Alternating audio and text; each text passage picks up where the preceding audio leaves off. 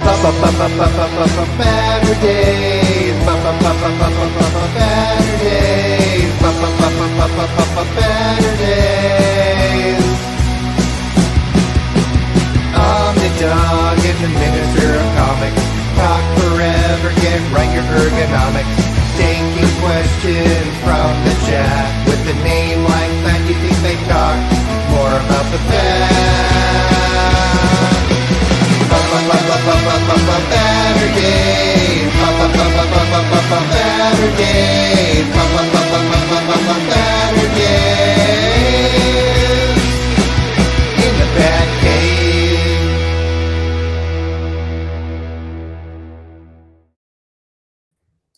Heyo, welcome to Batter Days in the Bat Cave. I'm Omnidog from Omnidog's Vault, and we're going to be talking about hot singles in your area with Kody Collects. How you doing, buddy? I'm doing all right. Thanks for having me on, Jess. Long time in the making, and I'm glad to be here talking single issues. I think I cover on the channel a lot. Usually I know you do the, collected editions, but I'm glad to be talking single issues today.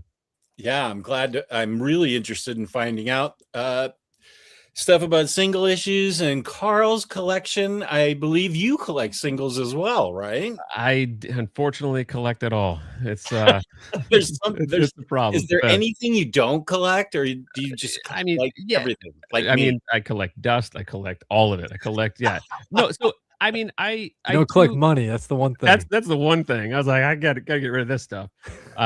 But yeah, I still don't buy as much of the toys and stuff anymore. I try to be selective. I try to be selective on a lot of it, and even with comics, I try to kind of hone in on some of the independent type stuff, not as much as the big two. I still read those, but I really try to kind of limit the single issues that I buy, just things that I kind of like a scouting report for you, to figure out what's out there, what's what people aren't talking about, and that's the stuff that I kind of really enjoy discovering at this point. So James here with the addresses. James. Of course. Oh, nice. Tired Dad's Comic Club. Nice. Thank you, James. Thank you. I stopped collecting Pops 8 years ago, but then I saw Bat Kato in the chat. Let's see, where is he? Bat Kato right here. And he talked me into getting this because this is from Arkham Asylum. Mm-hmm. I haven't played anything but the first game. I'm playing Arkham Asylum right now on the Switch too. Oh yeah? Yeah. Nice. Okay, wait. Let me show this. Oh yeah. Because this is why I buy crazy stuff. If it lights up, I want it. It's if it lights up, if it glows in the dark, it's just it's just the fun gimmicky things that are just super special. Cool. Yeah. I couldn't say no to this sign or this sign. Especially as they brought the Bullet logo back. So there you go. Yeah. Right. Yeah. And then I was gifted the Marvel sign. Let me get out of the way. From Very Fine Condition and Nate, who wrote the Batter Days song. I was gonna say I need a theme song so bad, dude. Listening to the Batter Day theme. I like your chill intro, your videos, kind of I relax into it. Yeah. You know what? I was gonna change that intro every single every video, but that's a lot of work. So I'm just real lazy. But yeah, it's just nice to welcoming you into the conversation. So I like it. Yeah. I have another intro, but my guest host, the Minister of Comics, left 4 years ago, but I paid money for this theme song, so I don't care. He's a great guy, but he's got a second child and a new job, so he left. But I'm playing this theme song anyway. And then Kristen Robertson, I used to do a show in the afternoon with her, and that's Nate also wrote the Omnicat and Omnidog song. So whenever I get a chance, I play that too, because I paid money for that one too, even though it's just me. I get it. I just use the free license songs, dude. That's what I do. So I get it. Oh, Yarn It, sticking it in my finger. sticking his finger in my eye, rather. I was Sorry. gonna bring this comment up, but I was gonna leave it be. You know, I was gonna don't want to brag too much. He was going to be classy and not mention it. Yeah. Exactly. Oh, holy smoke. Omnidog's fault. Breaking news is going Team Kody. I don't accept this apology. Forget it. No. Chris Brogan is here. That's right. We'll see some singles that are hot. I picked this week in particular because of something that dropped this week that's real hot. So we'll get into it, I'm sure. Something absolute. We were talking about it earlier. So yeah, there you go. Absolute Batman. Give a little tease. Number 20 or 19? Number 20. Yeah, that's right. Number 20.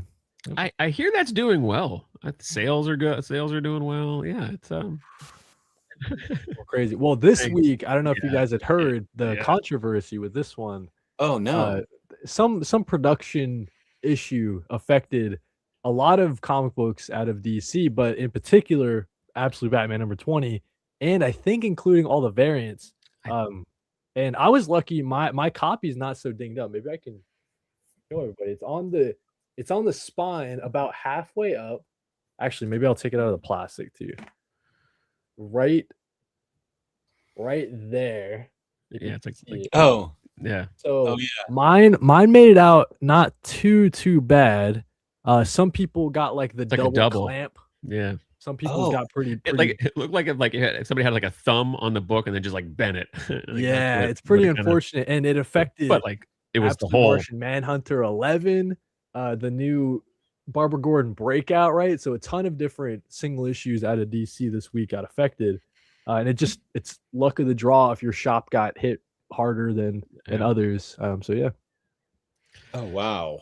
It's interesting. DC is like replacing, I guess, what they're sending a second print to all the shops, like the equivalent to the orders, the numbers that they ordered. So they're sending like a free second print run to all the shops. So it's pretty crazy. And I mean, even like if you get in like the CGC side of it, like that's why. Yeah, I don't know I don't know exactly what's going on. They're marketing misprints, or they still. Yeah, I don't know what I'm not sure what the outcome will be, but I know DC and CGC were talking about like maybe potentially overlooking some of the things, which I'm not a CGC guy, and I don't, but it's big money, and it's really, it hurts like the retailers who are like pre-selling all these 9.8s, and then there's no 9.8s probably because of the I don't know. So it's a big issue, and I don't know if I don't know if it impacted the retailer variants or not. I'm not really sure, but I know like the variant covers where they just put a cardstock variant on top of a cover A. It's the front cardstock will look great in the variant, but then when you open it up, it's a cover A and it has that ding because the way DC does it. So yeah, if the retailer exclusives, if they print them differently, which I wouldn't think that they do, but are they cardstock? That's a good question. I don't know. I don't. What I mean, like I don't buy any.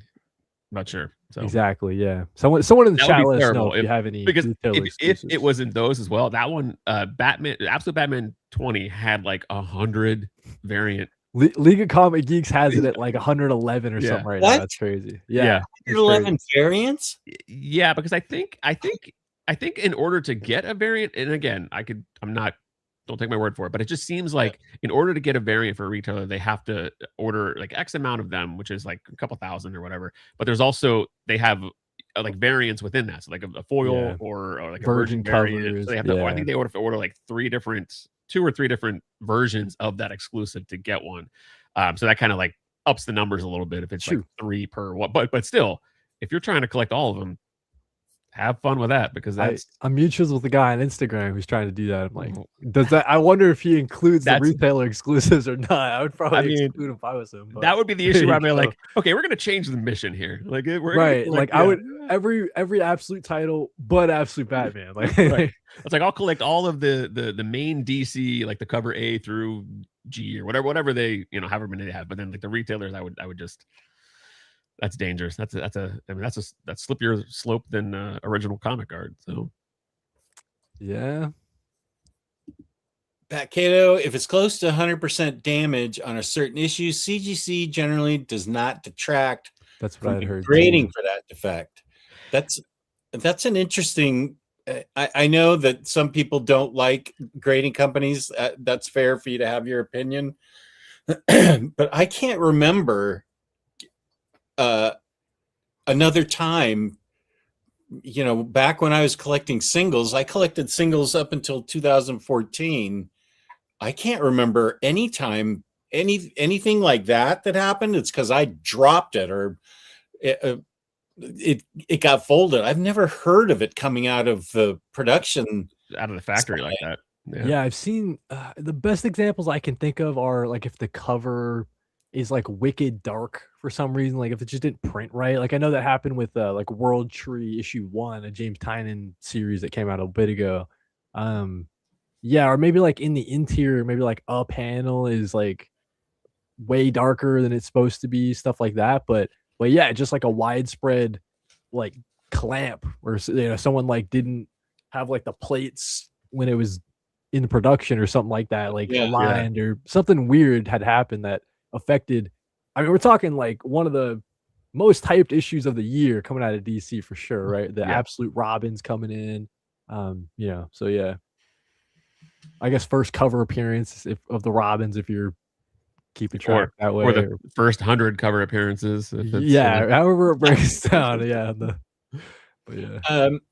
I have seen issues where I open it up and there's like an ink stain that it's like it's straight down, but where it starts, it's a little smushed, and then it goes straight up with straight edges. I've seen that before on that feels like it's like something got onto one of the rollers, and it was like at the point where it like is pushing it along the conveyor belt. It just did that on like sticky or something on that one. Nothing like widespread or whatever, but well, that is, here's a good. Brown Mist says, I largely stay away from singles because I don't want boxes filling up my room, but they keep sucking me in with great variants like Jorge Fornet's Iron Man #5 cover. Jorge Fornes, that's a good. I mean, we're talking about it before we started recording, Jess. Like just all the different variant artists out there. It's kind of crazy. Like if you, and that Fornes is a great example. Peach Momoko is someone people go crazy for. Daniel Warren Johnson, right? So there's a lot of great cover artists out there. Absolutely. Yeah, we were talking in the green room, and I was saying Souza Micah, how much I like their art.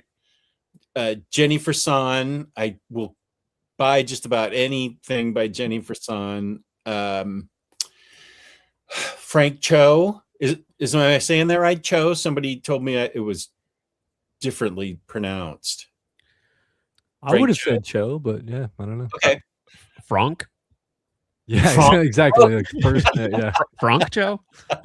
I love his Catwoman. I love his Catwoman and Harley Quinn covers.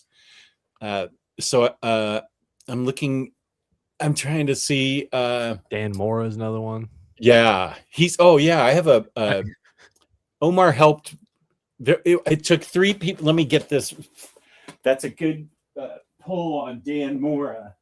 I mean, on top of covers, Dan Mora is also doing a million interior pages a month. Oh yeah, the guy never stops working. I don't think he sleeps. He has some kind of, I don't know, some kind of regimen that he doesn't need to sleep or something. So I don't think I have it. He did I think it was for Superman, Batman, and I think it was the Bizarro one where it was like Weird Al. It was like Weird Al. Weird Al. But then the next issue I think had, like you're saying, a Bizarro version of Weird Al. It was like, it was actually I think it was Batman Superman or Superman Batman, whatever that title, World's Finest. That one was like Weird Al with Batman and Superman, and then I think on the Bizarro one it was totally normal Al with Bizarro and totally normal Al. Yeah, absolutely. I had to get both of those. I was like, oh man, you got me. What do you do a Weird Al cover? I was like, I got to come on. This is a Harley Quinn #1 from the New 52 era, and it was at New York Comic Con in 2022. So it was an exclusive there. I love Harley Quinn, so it was an exclusive there. It took 3 people to get this for me. Omar was involved. I think it ended there were 3 people. One had to find it because it it was somewhere, near Comic-Con. It's huge, and he had to find out where it was. Then Omar bought it, and then somebody else sent it to me. So that was a group effort. So this is one of my favorites because And you said that's a Dan Moore there. Yeah. Nice. I just because we brought up Dan Moore, this is coming out in a couple months, maybe, or maybe like next month. But it's Paul Kent and Alfred. Here, let me Yeah. World's Finest annual cover, and they're just giving off so much aura. It's crazy. So yeah, Dan Moore doing covers out there. Yeah, no, true. Actually, how many times Alfred? I was trying to say that Paul Kent, he's probably not getting back up after squatting down so low like that. But I don't know. He's gonna need a hand up. A lot of crackling. Yeah. Okay, wait. Freddie said he sent me a picture. Freddie, longtime friend of the show. Let's see. What? Just a sec. This is this is what your show is doing to my algorithm. This is the, let me highlight. Whoop. Nope. I just goofed it up. There it is. His YouTube algorithm. Let's see. There we are. And there's the ad. Chatting site for shy men. When you name it this, I guess it does make sense that the algorithm thinks, okay. It was, I think, it was Yarna's idea for hot singles in your area. Don't get me wrong, I like it. It's just the algorithm has other ideas. Yeah, my wife didn't really understand what an LCS was, but I put it in there so people. I couldn't just put in hot singles in your area. I needed to you clarify. Yeah. Let's see. AS is here. Welcome, Hondo. How's it going, buddy? Good to have you here. Safar's here. Great to see you. Glad you're here. Let's see. James says, according to Popverse, Absolute Green Arrow #1's first printing was over 300,000 copies. The issue drops next week with a rumor of 1.4 million in sales. I've seen some of the variants for that. It looks like Green Arrow's a woman. So it's unknown at this point who's under the mask, but Oliver Queen. It's definitely not Oliver Queen. I guess I won't spoil that in case okay, good. People out there in the pages of Absolute Evil is where you'd find out Oliver's fate. So who's under the mask is kind of the big question going in, and we know that Dinah is working for the government in some capacity, and she's hunting down whoever is under the mask, whoever this mysterious Green Arrow is, and this Green Arrow is going to be hunting billionaires, just killing as many billionaires as possible, is from what it sounds like. So and from the Absolute Universe, we know there's a lot of corrupt billionaires, and so a lot of killing to be done, I guess. Who's writing it? Pornsack Pichette Schote. Oh, right. Okay. Raphael Albuquerque on the interior. So okay. Eisner winner, if I'm not mistaken. Cool. Belgian Ellen's here from Belgium. Image books like Witchblade and The Thing on the Doorstep are also affected by that printer. There you go. I hadn't heard. I thought it was kind of just DC, but there you go. Okay. Thank you, Belgian Ellen. Somebody had a rough week. Something happened. Just Jaggernaut from the Great White North, always up for looking at hot singles. Right, man. We're glad to have you here, Belgian Ellen. Oh, I love this. You keep my lit sign envy strong. Yes. Actually, yeah. This is the name. The guy that wrote my theme song, Redcoat Turncoat, the band is Redcoat Turncoat, are a superstitious and cowardly lot. But the full theme song, actually, I've got a shorter piece of my theme song. It's different than this Batter Days one. James, could you do me a favor, please, and list in the chat a link to my 1 minute theme song? When the pandemic started, Nate did stop motion things with paper cutouts, and it's an amazing song that he wrote, but I think he put 100 hours into it just because he was my friend, and he animated it and put the theme song to it. And that's what I would like to have the link for, because it's that's a super nice gesture by Nate. And I'm really happy to have that thing. I would love more people to see it. Okay, let's get back to real quick though. I thought we were going to talk about Redcoat with that link. I was gonna say, I know Redcoat. I know a little Redcoat. You know. Have the just a real quick aside. Have you read any Redcoat yet, Jess? From the Ghost Machine? I got the paperback, and of course, then the library size came out, and I said, "Okay, somebody else is getting this paperback." That's a beautiful looking book. I have one coming because I saw it at the shop, and I was like, "Wow." I like all the Ghost Machine deluxe editions. They're sick. I think they're really beautiful. good. Yeah. Might be. Well, I'm trying to think. Is that my favorite format right now? Maybe. It might be. And it's really affordable. It's yeah. Isn't it like $40 for the giant thing, and you can get it at a discount at Panelbound Comics. Use my code Omnidog, $2 off that Redcoat volume. But wait, get 3 other books, get 5% off with the code Omnidog6. Yeah, get 4 copies of Redcoat and give them to your friends.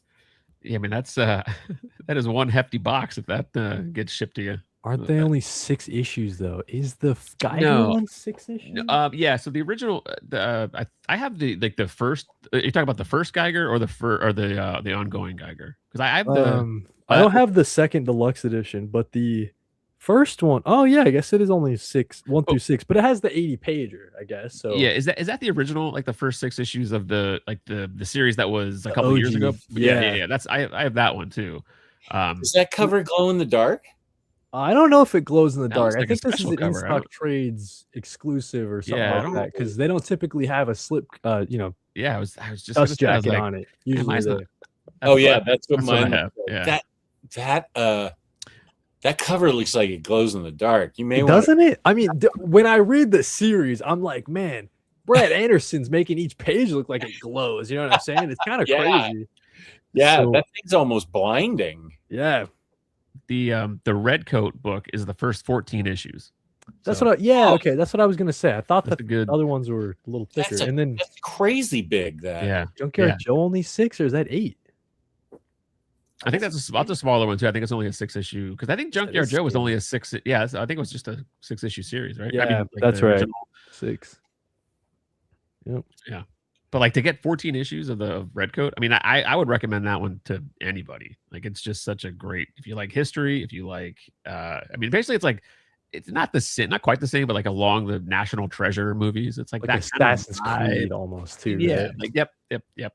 So it's got a combination of those things where it's like, the founding fathers are kind of involved in some like occult type stuff. And then you get this immortal going through. I like alt history, and I think I got to catch up on Redcoat. It was one that I was like, oh, maybe not in single issues, but yeah, I'd like to revisit it in the collected edition for sure. It's the only one of the Ghost Machine stuff that I've stayed reading singles. Gotcha. I'm a Geiger boy. Yeah, I've liked it all. Yeah, but it's when you try to figure out like where am I gonna cut titles here and there. I know it's you find one that you really like, and then the ongoing. I was like, I'll collect those, especially since the books look so good. Right, I'm gonna want them anyway. So I really like Rook Exodus too, but so many delays on that one. Yeah, but that's the kind of thing of it's difficult to deal with the delays because it kind of loses steam. But I am glad that it's not that they're staying with the creative team, because that's the look you want. So like I kind of fell off of Hyde Street because the art was not bad. I liked the Yvonne Race art that it started with, and there was some fill-in issues, and I just was like, that kind of lost, I lost steam with that one because of the art was changing. Like if I find a great creative team I like, I want to see them, for as long as possible. So I can deal with delays. Rook is that's a tough one because I think last year, like maybe 2 issues came out or 2. It was like yeah, it's on something issue. like I that, think like it's on issue 8, and it came back after its hiatus after 6 or whatever. So like, yeah, they got like they squeezed 2 out, and they're like, okay, Yeah. we need another break or whatever. I think. yeah. So What's the creative? I have Rook Exodus It's, and I enjoyed it. What Jeff, is Jeff Johns and Jason Fabok. yeah, And Facebook, so yeah. is it art delays or do you just It must be. I Yeah, think it's art. I mean, it's beautiful. I mean, Yeah. Fabok is amazing. But one of the yeah. most detailed books on stands for sure. yeah, But I find that interesting, just talking about series that have fill-in artists or whatever. Actually, did I lose my copy of because Captain America, at a Marvel, just because this came out, this week, it's topical or whatever, interior artist Valerio Schiti joining Chip Zdarsky on this Captain America title for the first arc. Then you have a fill-in artist for a little bit, but then you get Schiti back on the art, you know what I mean? So I feel like it is weird. Some series I kind of give a pass to because they've been getting these out at such a high clip. I literally think in the last month there's been 3 issues of Captain America out. The Chip Zdarsky is just cranking them out like crazy, and having that extra artist balancing it out with Valerio Schiti, maybe that's the. Did they say it was it a plan to like dual ship per month kind of thing, or because like GI Joe did that for a month where they did the Dreadnought War and they shipped. The plan was to ship twice a month. Yeah, I don't know. I think it maybe because they're getting ready for Armageddon, Avengers Armageddon, like the event Chip If something Zdarsky's trying to lines up. do. Yeah, I think so. Because like on the top it says Armageddon assembles in 1 month. So I guess maybe they're trying to like Yeah, meet it, and there may be something like story wise that lines up with the which event. just because I also have it here, the complete opposite. What's going on with this guy, dude? Ultimate Endgame, a complete absolute mess of a series, and they keep on delaying like the end of the Ultimate. Like they just won't let this thing die. They're just like, I thought it was supposed to end like months ago, and then it just I think it was like, oh yeah, there's like Ultimate Endgame, and then there's like some other story. I'm like, what is going on here? Because what it feels like was that they wanted to wrap it up, and then they announced they were going to wrap it up, and then everyone was kind of angry about that, and they were like, all right, well, I guess we got to keep putting out books. I don't know. Like, I mean, I don't know if that's the case. It just feels like, why is it still going on? And I didn't read it. I'm not like, but yeah, I don't blame you for not reading, I guess. Like, yeah, just all the momentum with the Ultimate Universe just totally petered out, I guess. And Jonathan Hickman's Ultimate Spider-Man just kind of evaporates. Okay, cool. Not even talking about what happened in the last issue. I won't even get into that because spoilers or whatever, but there's a big major death. Actually, in this issue, there's a crazy death too. And I'm just like, man, just end this Ultimate Universe. Like, I really just do not care anymore. At the same time, like the same week this comes out, you have Absolute Batman coming out. It's just so funny to me. Just like it's like how to do it right and how to maybe not do it right. Right. It's so interesting. And then, I mean, of course, the Midnight Universe, and that's a whole other can of worms. But, oh yeah. Yeah.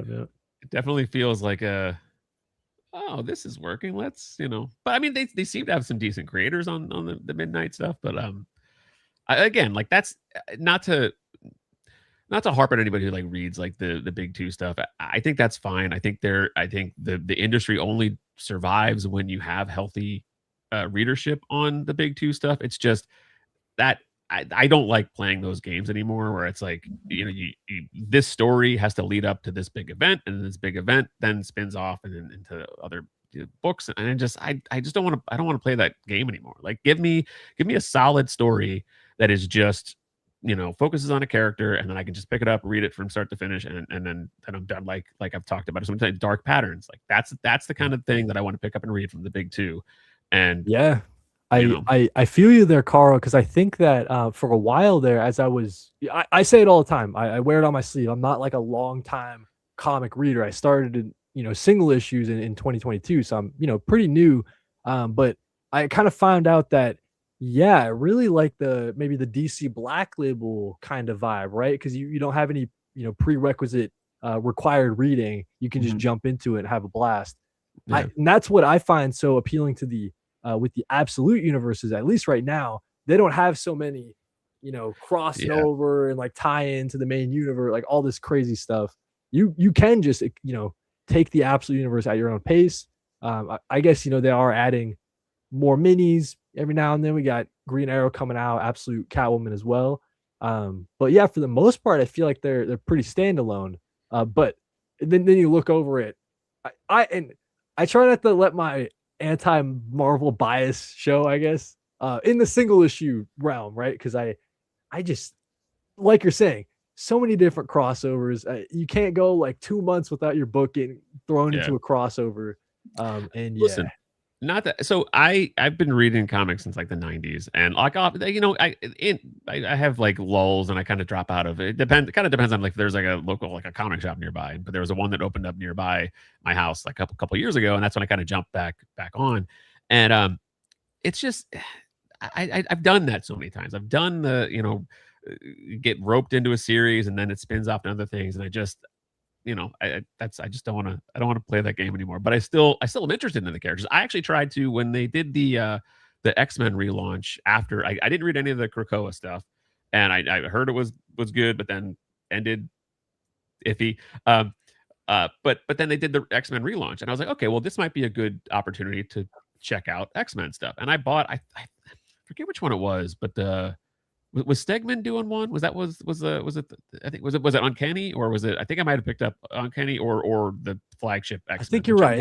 I think one of those two. Stegman was on Uncanny, I believe, with McKay, if I'm not mistaken. And I didn't read any of them, but this is Yeah. what I remember. Yeah. But just case in point, like I picked it up and I was like, I have no idea it feels like so far from like what like an old reader like me, like it knows the X-Men to be, which I'm fine. Like it does not need to be what it was in the 90s. Like I'm not saying that. It's just it seems very far from like what I'm familiar with. And I just was like, I don't know. I don't really know what's going on. And then they took it where there was like how many X-Men titles that just every character had a mini series. And it was like, I don't know. If you not to harp on Marvel, but like that seems like if you don't want to mess that up. You don't want to mess up a X-Men relaunch. And that just seems like put energy into one or two books and then just stay with that for as long as you can. And that to me, that's the winning formula. But they're, I don't know. X-Men's like a whole other thing. Like if you,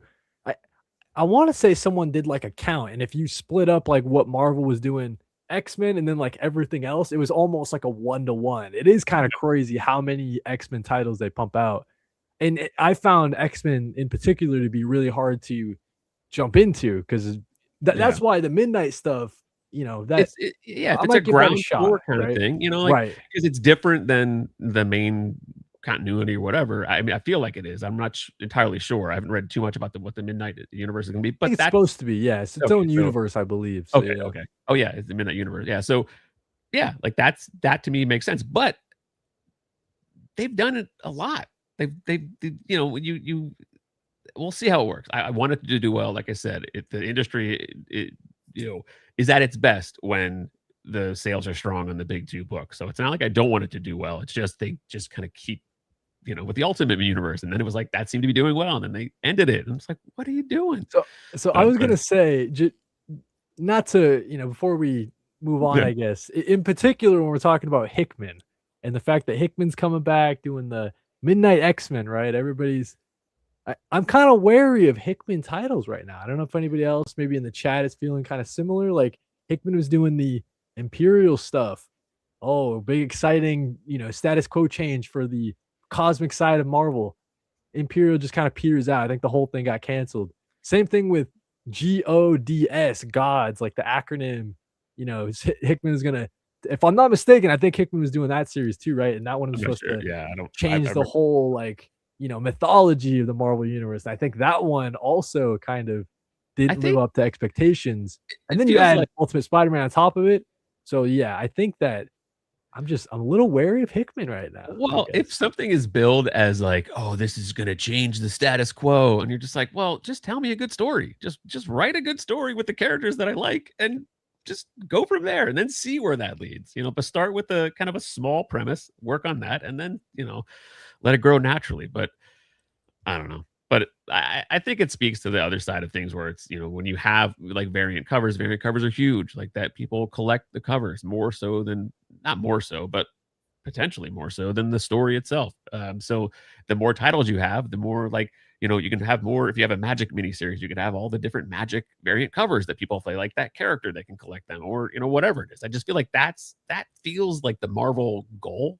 But whatever, if they're getting sales, that's fine. But if it just sounds like there are more voices saying like, hey, what's going on at Marvel? And when you have that, maybe there's an issue. Yeah, I think the Midnight, Universe announcement, and it's kind of a reaction to what's going on and maybe the sales charts and stuff like that, right? So let's hope. Let's hope it does well. Like I'm not gonna try to harp on Marvel. Man, like I'm just like an old guy, like shut up, boomer. But like it's just that's why I have more fun picking up the independent stuff. You're right. With the indies right now, where you especially don't have any prerequisite reading, so that's like very helpful, especially for new readers, and you can find a lot of great stories over on the indie side. Just one more note, and we can leave Marvel alone. I would just beat them up for 30 minutes now or whatever. This stream is sponsored by Marvel Comics. Yeah, exactly. Yeah. This is the time we're just it's like, by the way, Marvel sponsorship coming in, because I'm about to rip for you. No, so I'm flipping through, right? Maybe Ultimate Endgame number 4 is not the best example. I want to say, dude, when I was flipping through Captain America 11, it was literally every other page was an ad. It's crazy. It's literally insane. Like, I want to like do a top-down camera and like show you, but like page 1, 2, boom, we got an ad. You go another page, another page, boom. Wait, hold on. Ad right there, boom. Then there was an ad right here, boom. Then you get hit with, how else are you gonna sell all those miniseries? Another ad right there, and then you flip the page, and there's another ad right there. Wow. And then come on. Is there any more? There's one more. Okay, and then is that the last ad? No, there's one more for the Punisher series. These are all in-house ads. Yeah, Garth Ennis coming back to Punisher, guys, and then you flip one more ad, a Fantastic Four tie-in comic for Shala Ball, written by Charles Soule. That's really cool. Also, does anyone want my digital code? I would give that out for free. And then you got one more ad. Make your multiverse role-playing game, little RPG. And then one more, Al Ewing, Immortal Thor. Get excited, guys. Immortal Thor coming out. And then that's the last story-breaking ad. Okay, so what are those? What are they called when they have like the I have a headache now. At the comic store where they get like, it's just like it's kind of like a mini previews where it's just all Marvel stuff for the month. Like that's exactly what that feels like, but except that's a comic you paid for. So yeah, so that's a lot, and that just takes you out of the story. Like it's hard to get into the part of reading a comic is taking in the art. So when you have 2 pages there, it's the reading experience, and when it's broken up like that, it shows that. I mean, I don't know what it just feels like. The presentation of the story is not the priority. Inferior paper quality to it. Just not the harp from Marvel guy. I'm really trying not to, guys. But the paper is noticeably thinner than whatever DC's doing. Okay, that's all I'm gonna say. All right, what else you got, Kody? Keep it going. You're on fire. No, it's just so interesting. Yeah, I don't know. Just following it for as short of a time that I have, it's just got the Marvel, we got the DC. They're doing things differently. They're doing things differently, especially in 2026 for sure. So free digital versions of the comics. I see Safari type. I never use the digital codes. I've never peeled the thing back and used the code. I guess I'm an idiot, but I mean, I don't know. Like, does it go on Marvel Universe Infinite? I already pay, or Unlimited. I already pay for that. Isn't that already there soon anyway? By the time you would want to read it, it's there. I don't know. Yeah. You're welcome, AS. That's been happening, AS.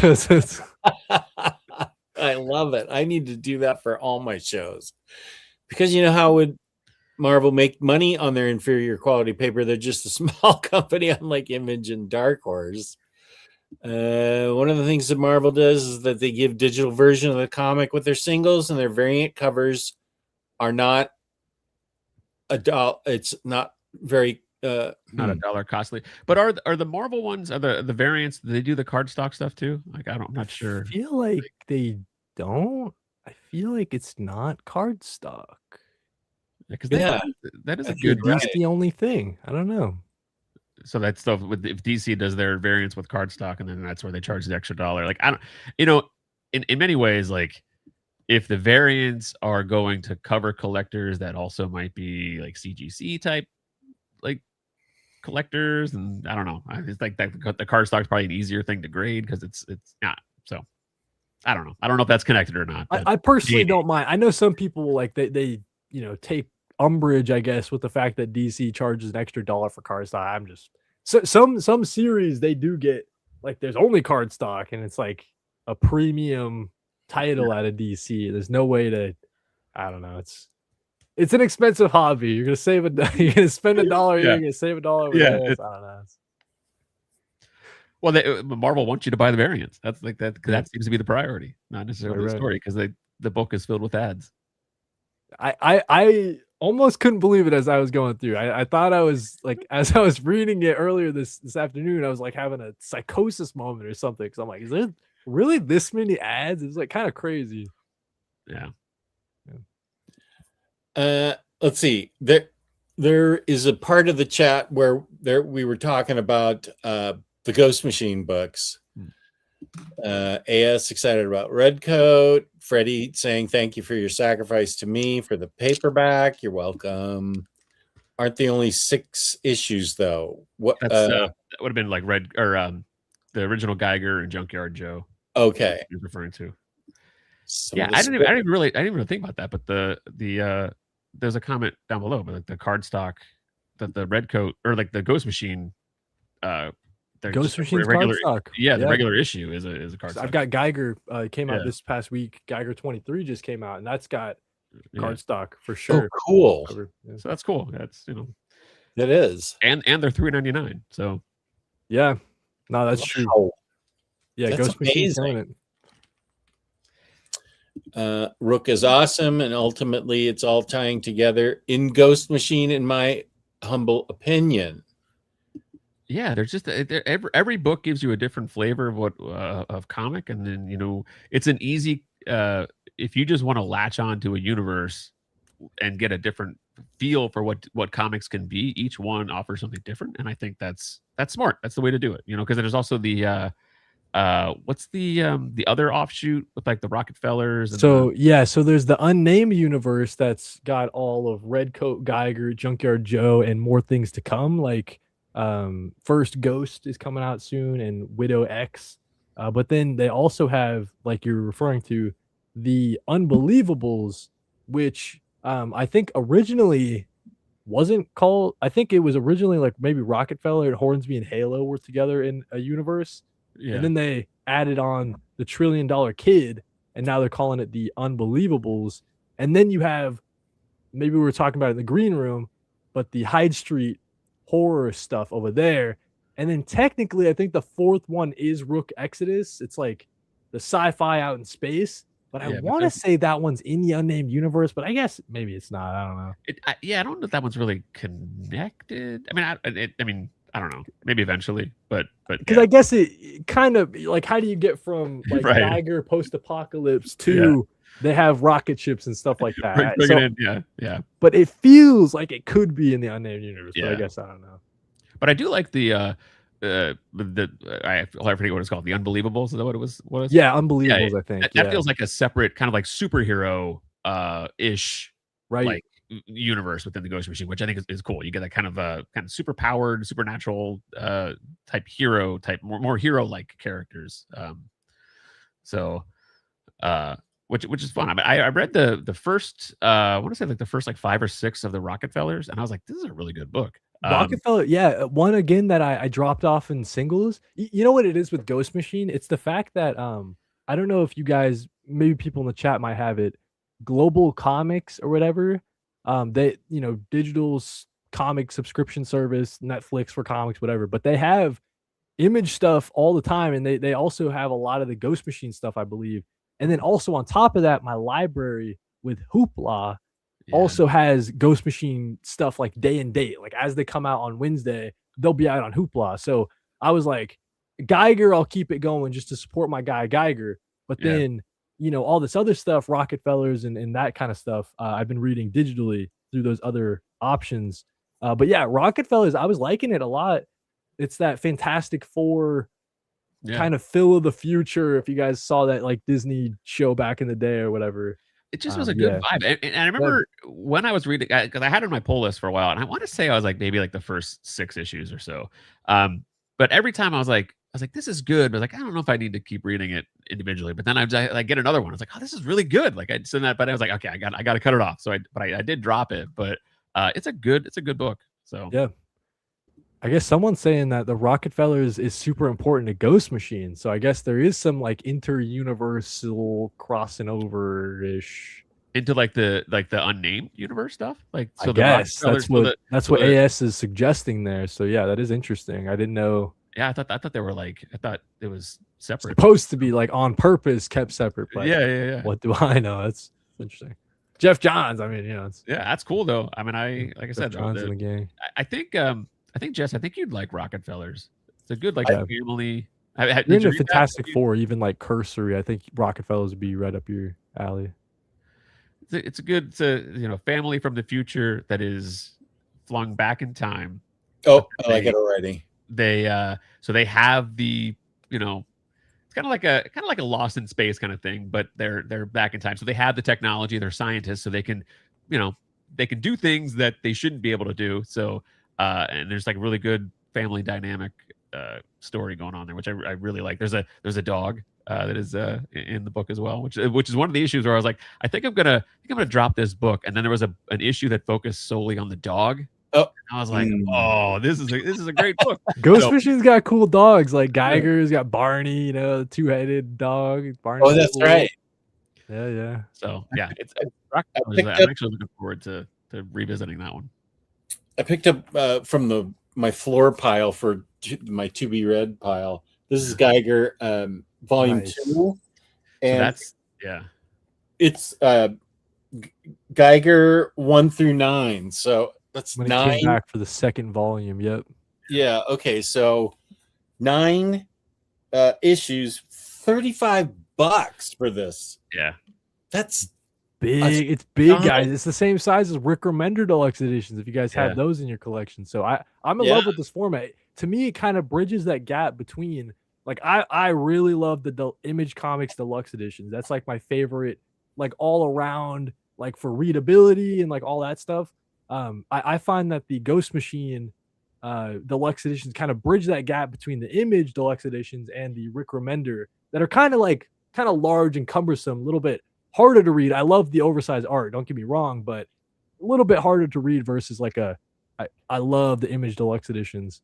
If they're similar honestly, to Image should steal that. Image should, like, for all their regular stuff, they should be stealing the Ghost Machine format. I think it's at the cost that they are, if you're getting like with Redcoat 14 issues in a chunk, and it's like I think it's a $60 retail. Gotcha. And but we all know like there are places to get a very great discount on a book when it comes out. Because what's the MSRP on an Image deluxe editions? 40, 45 or whatever it ends up being, right? So just for 10 more, I feel like collectors would appreciate the oversized art for sure, right? And I just got the Dark Horse Library edition of Helen of Windhorn not too long ago. That's cool. I love Helen of Windhorn. Yeah. So I need such that. a good book. I was waiting on that because I saw that they had like the standard hardcover. I'm like, no, you're not tricking me. I know you're coming out with the bigger one later. I bought the singles. I bought the deluxe, the regular standard hardcover, and then I was like, well, I saw the library edition. I'm like, I gotta get that. It's one of those series. I don't blame you. Really on that is. one. So there you go. Such a beautiful book. So Yeah, the Dark Horse. I just saw there's a library edition of Cody. You'll appreciate this one. The Into the Unbeing, the Hayden That's cool. I Sherman need series. that too. Yeah, because that has both volumes, right? Yeah. So it's complete. Yeah, that's So sick. just for Jess, just to let him know, Into the Unbeing is it's like it's not like body horror sci-fi stuff going on there, but it's Hayden Sherman is the artist, and it was 2 miniseries, issues 1 through 4, and then two 4-issue miniseries that they just concluded the second for a couple like months ago. And it's it's the Hayden Sherman panel layouts that you know from Absolute Wonder Woman and Batman Dark Patterns, but it's really it's a mood of a book for sure. In a year where Hayden Sherman came out with Into the Unbeing, Dark Patterns, Absolute Wonder Woman, I really do think Into the Unbeing is like maybe my favorite out of all of Hayden Sherman's year. Wow.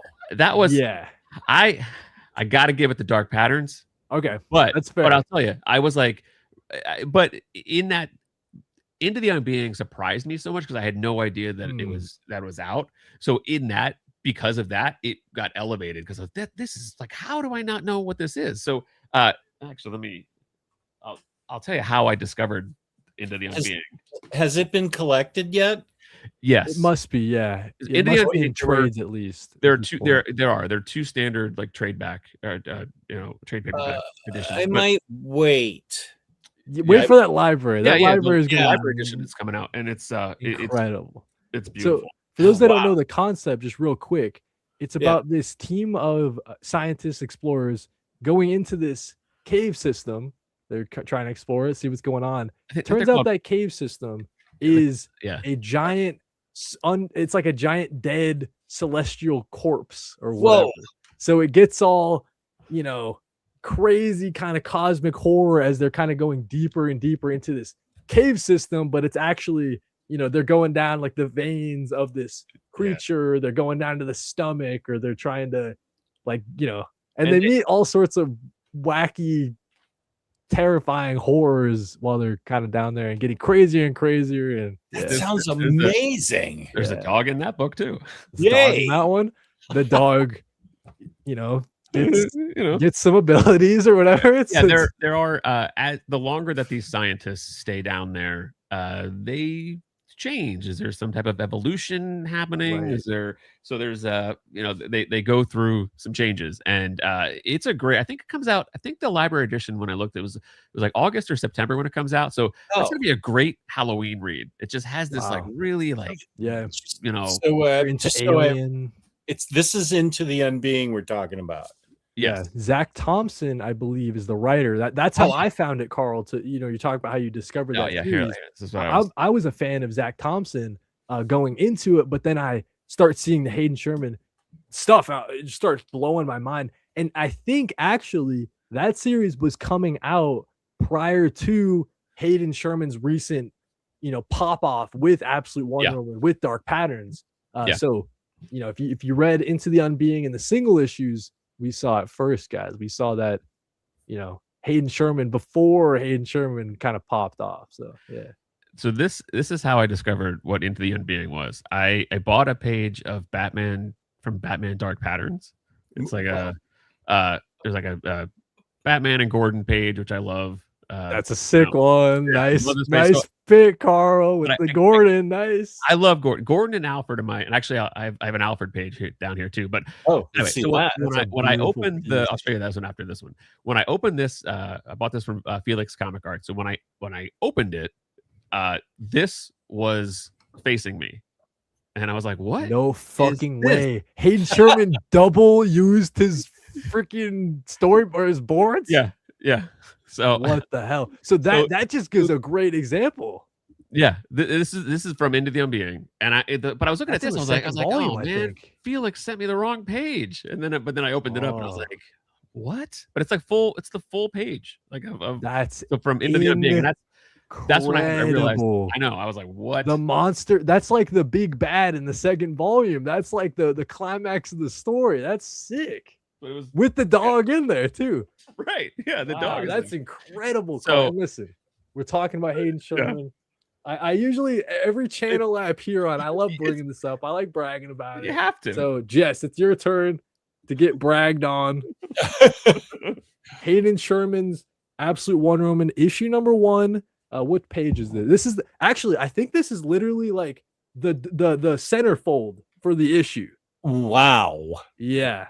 So it's just, Absolute Wonder Woman Diana growing up, being raised by, raised in the caves on the island.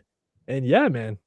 It's I was telling that double page spread, like, I didn't buy anything from Absolute Wonder Woman because I was kind of reading it, but I read issue 1 at that time. And but when it's just fun to play the game of, like, if I were to buy something, like, what would it be? And there was I think there's 2 or 3 double page spreads that show the history of Diana being raised. And I thought it was a great way to kind of compress all of her history into, like 6 pages total with, like, the double page spreads. But it was a beautiful way to present that. And I was like, it would be one of those double page spreads that I would go after. So nice. I think this one is the first in the sequence, if I remember correctly. Yeah. So yeah, because she's the youngest there. She's like the baby.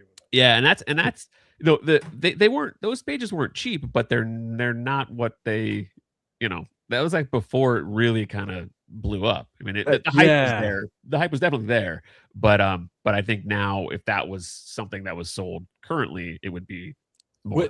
When you know it, Carl. You know it, Carl. This was when issue 3 came, like when issue 3 was about to drop. So this was like before honestly the Absolute universe just in general takes off, right? Yeah. I mean, the hype was there, but it became something else beyond that. So, but just since we're on the Hayden Sherman kick, I mean, I gotta. Carl. We talked about Alfred. It's like a classic scene. It's just a classic Batman. It's so sick, dude. Whoa! I just patterns. Oh my god. Yeah, it's like the cave in the wow. The Batmobile in the back. That's amazing. I love those classic scenes. And here's the thing: you got a couple bats in there for good measure. Yeah, and the way that Sherman, the panel layouts, the way that it guides your eye along the page with like the curves, like it's great. And highlight my boy Alfred, like, but that's one of the things why I love Batman Dark Patterns, is because I love stories that when it's like that trio of Bruce, Gordon, and Alfred. Like when Batman gets the help from Gordon and Bruce gets the help from Alfred. I love those stories, and that's what Dark Patterns is. And yeah, and I was in a year where there was so much Batman stuff with Absolute Batman, Hush 2. And then Dark Patterns, like that was a story that I really. Batman and Robin Year 1. Yeah. I actually still haven't read that one. I need to. Good one. Chris Samney and Mark Waid. Bring it on that one. Great stuff. And when that and Dark Patterns were coming out, I'm like, which one's better? Which one's better? What's the better Batman series? Actually, honestly, I had Absolute Batman on top of that. I mean, those were like in the running in my mind. That was so in the way the way I kind of thought about it was, look, I'm really enjoying Batman Dark Patterns. I was reading it month to month, and I saw Batman Robin Year 1 on the shelf, and I love, hey Ian, what's up? Dragons. But I kind of thought, okay, well, I'll wait and I'll read Year 1, because it like, knowing that it was like a 12 issue series. 12, I was like, I'll just buy a collected edition of that and then just keep reading Batman Dark Patterns. And here's where buying singles kind of paid off, because I bought all the Batman Dark Patterns singles, and we were talking earlier about having the hobby try to fund itself, and I don't want to be long term. I don't want to have a lot of single issues. So when things are if they're in demand and people want the people, if there were like Batman Dark Patterns, I think was slept on a little bit because it was just, there's a lot of Batman stuff out there. So that I once it was completed, I sold all 12 issues. I sold them, and it was like a couple $100, and I put that money towards the Alfred page. It didn't. That's a nice trade. That's a nice trade, Carl. But like, that's a nice trade. So you get the stories, you see where they are, and then if you can buy the trade, then you just buy the deluxe edition when that comes out. I'd rather have the if there's value in single issue comics, I would rather extract the value out of them and redirect it into something art. So but you get the stories as they're coming out, and yeah, I should be selling sets. Yeah, honestly. I mean, yeah, honestly, yeah. I just give them away. Honestly, I would just give away a bunch of shit. It's like too much of a hassle to sell it. Almost. You are a nicer guy than I, then apparently. But it's my library or some shit. You know? It's like, yeah. What's up, Cliff? Hey. Welcome. I did the same thing with Assorted Crisis events too. There you go. That's cool. I kept a copy of issue 8 because that's the one I have a second printing of. Yeah, because I bought. That's one that I'm gonna end up buying the deluxe edition, but I'm gonna keep that newsprint. Dude, oh my god! Talking about gimmicks earlier, right? The newsprint gimmick gets me every time. I love that shit, and they really executed it well in Assorted Crisis events. Talking about another comic book creator that's just on fire right now, Dennis Camp. It's unbelievable everything this guy puts out. Actually, mentioning it this week just came out. Dennis Camp hit us with 2 issues, Bleeding Hearts, and then Absolute Martian Manhunter. So yeah, Dennis Camp is just on fire. Well, I guess technically Dennis Camp had 3 because Ultimate Endgame was a Dennis Camp joint too. So yeah, Dennis Camp, very busy, very busy. But listen, Bleeding Hearts, I have a feeling people aren't picking this one up. Okay, it's doing a lot of cool things. It's got the zombies. This one zombie is turning a little bit more human. He doesn't want to eat humans anymore. He's like starting to get empathy and compassion, right? And it's the zombies like all talk to each other. They have their own like society and like weekly meetings and their own language and stuff like that. It's great. It's a great book, and what I like about it. So the premise is like like Kody said, but the zombies have won in this world. Like they're not that many humans left for them to consume. So there is this main character who it's called Bleeding Hearts because his heart in the first issue his heart starts beating again, and now he feels like an outcast within the world of the zombies because he's like, well, what am I feeling? And he has sympathy for. There's a mother and a daughter character that he comes across. So, yeah, and it's the Stepan Morian art, and that is so good, really, really good. So, yeah, actually, that's a great one, and then all 3 of the Vertigo titles. I guess technically 4, but I don't really count. Was it Nice House by the Lake, the Sea, whichever one that one is? Nice House by the Sea at this point, yeah. That one was Black Label for a while, and then when Vertigo's coming back, they add the Vertigo imprint onto it. Yeah, but there were 3, and actually the one that I think Jess you might like. I don't know if I have it somewhere, but it's the it's like a crime noir mixed with supernatural-ish type stuff. But it's Jacob Phillips' art. It's Chris Condon writing. Yeah. Oh, I love both those guys. Yeah, the title was it's a long one. It's a mouthful. I think it's Peril Dark, Ezra Kane Mystery. Close, really close. The Peril of the Brutal Dark. There we Ezra go. Kane Mystery. There you go. Whoa, yeah. Good memory. So Jess, picture this, right? Picture Indiana Jones, okay? But Indiana Jones is also a private investigator. So he's punching fascists, he's punching Nazis, he's going on this quest for this artifact, but it's got that crime and noir kind of vibe to it. You know what I mean? The Chris Condon, Jacob Phillips that you know and love. And I've been reading That Texas Blood, rereading it to get ready for the new volume coming back. I'm in volume 3 on my reread. I just love this duo so much. So I'm glad that Carl's bringing it up because I feel like that Vertigo title, Peril of the Brutal Dark and Ezra Kane Mystery, it's like made specifically for me. So I'm glad that other people, I can share this love with Carl. I can share it with people in the chat, right? Because I think it's just knockout. You mentioned Vertigo just in general.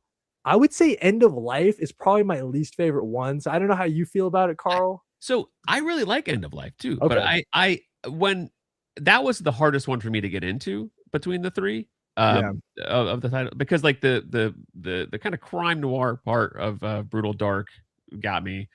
Bleeding Hearts, like the twist on a zombie story, I really like. So those 2 grabbed me much faster than End of Life because End of Life you need a couple more issues to really get the vibe of what's going on. I would agree with that. I have one of So, but it's Kyle Starks is writing. but it's so there's humor in it, but it reminds me of a kind of like a Gross Point Blank kind of story where there's Love this that this movie. this assassin who in the first issue he makes some enemies, and then people are after him, so he retreats to his hometown, and he has a strained relationship with his father. I think in the second issue, which I thought really was great, they most of the book takes place at a farmer's market, which I was like, this is like what? But it's a great way to show, since he's back home in his hometown, he goes to the farmer's market with his dad, and you meet all of the kind of inhabitants of the town through the local business owners, and the people that are shopping at the farmer's market. So it's a really, I thought it was a cool way to introduce, and all the while there's some funny dialogue, because like again he's this character who is he's a jerk. I mean, the guy's so if you but he's supposed to be a jerk, and it's one of those things where I feel like he's going on a journey. But if you don't like reading jerk characters, you will not like this book, because he's terrible. I mean, he's just but I like it. I think again he's gonna, by going home, he's gonna rediscover some things, and I hope, at least if he if this continues to be who he is. I was like, I don't know. Yeah, that But, was my thing. Is like, I'm not seeing him change fast enough. Almost Yeah. like I need to see Eddie Stallion like do something cool, save a couple people or something. Yeah. I did get it in the latest issue, to be fair. Yeah. But yeah, just the one that's not working for me as well as the others. I guess I right think off it'll the be bat. and that's the one. I mean, I think they'll all be really good, collected edition reads, but I think Right. that one will probably benefit the most from being a collected edition, because you can kind of just read the whole thing. But it's really good. I mean, I all three of them are entertaining. But End of Life is, like I said, it's the one that you don't have to read that one, but but that's the kind of stuff that I really like reading. Like, I like reading different type of stories. The And new Vertigo, it's very exciting. Yeah. No required reading. You just jump right in. Yeah. that they're speaking to me. That's what I want to read. And it's creators that we like, so it still has that independent vibe, Right. So I love that. And it's surprising that in a time where it's fairly easy for creators to get those independent ideas out, for these creators to then take it to DC Vertigo. I mean, I have no idea what the business side of it looks like, as far as like ownership of the IP or whatever, but it's just interesting that they would take The those way it's ideas. described, it sounds like the creators have full ownership. So Okay, so they yeah. then there you go. There's actually nothing to really lose then by taking it to Vertigo. That's what I think is so exciting, because you can see that these creators are bringing maybe their best ideas, or they're bringing like their biggest swings almost. So yeah, it's very exciting. I think just an example coming up later, Ron V and Mike Perkins are teaming up again for a Vertigo title called Black Tower Raven Conspiracy or something like that, and it's about Love those long titles.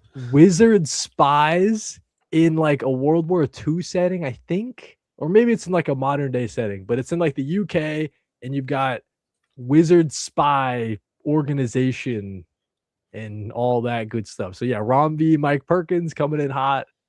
I mean, I'll be Perkins there. art, man. I'll be there that's day good one. stuff. Yeah. Yep. That sounds great. Yeah, there's a lot of, and then there's one coming up, Cy Spurrier, I believe, with Aaron Campbell on the art, if I'm not mistaken. It's about like 8 people who wake up in the forest, chained together to a boat in the middle of the forest, and they don't know how they got there. They don't know. Maybe they don't even know like their names or something like that. Like, they just don't even know a dang thing, and they're just chained together on a boat in the middle of the What's the name forest. of this Go. one? That one's called I forgot the name of that one, actually. I remember the concept, but not the name, unfortunately. Wow. Yeah. Let's see if I can. Ron V Wizard Spies Take My Money, says AS. There you go. Let's see. I'm finally okay. I'm caught up a little bit. Firesender really loved the first issue of Firestorm. Awesome. Firestorm 2 was good. Firestorm 2 was excellent. Whoop. Hopefully people aren't sleeping on this Firestorm series, written by Jeff Lemire, art by Rafael de la Torre. Let me open this up so you guys can see just an example of the art style. Real quick. That story you're yeah. talking about, the 8 strangers wake up a chain to a boat in the woods, is called A Walking Shadow. So Simon Spurrier and Aaron Campbell. So yeah, no memory, no escape, no explanation. No memory. Yeah, there you go. So this Firestorm series called Fury of the Firestorm, it's on issue 2 right now. It just came out this past week. And it's Jeff Lemire writing, Rafael de la Torre on the art. And it's asking the question, like, you know, Firestorm personality, you know, dominated by the Robbie character or whatever, and then you got the doctor guy.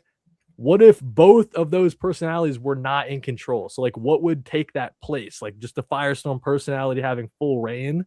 And this one also kind of serves as like a little like origin story. Like if you're like me and I've never really kind of learned about the Firestorm character, it gives you kind of the rundown in the first couple pages. But yeah, just this really, really sick art style. I think it's really clean, really simple, but it's really working. And yeah, it looks like the Justice League are going to be going in to find out what the heck's going on with the Firestorm guy and why, you know, it looks like Robbie's not in control of the Firestorm personality anymore. Yeah, so I think it's a very fresh idea from Jeff Lemire. Just like, hey, we got this character dominated by both personalities. What if none of the personalities dominated the character, right? Like, what would happen after that? Yeah, cool stuff. What you showed, Firestorm looks like the baddest ass he has ever looked. Yeah, right. That's an the amazing aura, as the that's an amazing drawing of him. Yeah. This guy right here, the fusion. Yeah, that's a cool. Carl, be on the lookout for this. Yeah, for original art, huh? No, you guys, I got to keep my head down. I gotta. That's the hardest thing about art is trying to like pick and choose like where you want to go. But I have like I used to buy some not. I mean, it pains me to say vintage art when it's like 90s stuff, but like it is now vintage art. It hurts, but like I did buy some of that stuff, but now I've been having way more fun buying modern art. You know, it's less expensive in most cases, and you can get some really great stuff for not a lot of money. But like, yeah, actually, so I can make a point. There's Kody, did you read the If Destruction Be Our Lot? Yes, I did. I was lucky enough to be sent the ash can from Matthew Rosenberg. Yeah, that's right. Nice. So Jess, this story it's a world where it's like a post-apocalyptic world where there's no more humans, but there are a bunch of robots that populate the earth, and they have continued. I wanted one of those. Wait a second. What is that? It's so the main character is a robot, an animatronic Abraham Lincoln, who his task was to he isn't like even in this world he's an outdated relic where he exists to it's essentially if you took the Lincoln from the Hall of Presidents and like made him be able to be walk around or whatever, he gives Abraham Lincoln speeches. And in this world where robots have taken over, no one takes them seriously because you're worthless. Like, what are you're supposed to inspire people, and there's no people here. So what is your function in this world of robots? So the issue starts off with them, he's given a speech and they just come and they just take it out of this guy. They're just like, poor Abe, fun of him. I know, Abe, right off the bat. Yeah. But yeah, it's a really good, like, there's a smaller ash can version of it, but it starts off with there's Abe, and then he sees the robots walking, and he's puts on his hat, gets on his soapbox there, and starts reciting a speech, and then he malfunctions, and they just fizzle it out. They just make fun of him, and it's him going through this world, asking, is there something more? Like, is there something more that we should be doing here? The journey of self-discovery for fans of like Wall-E, right? Like kind of like that vibe and themes.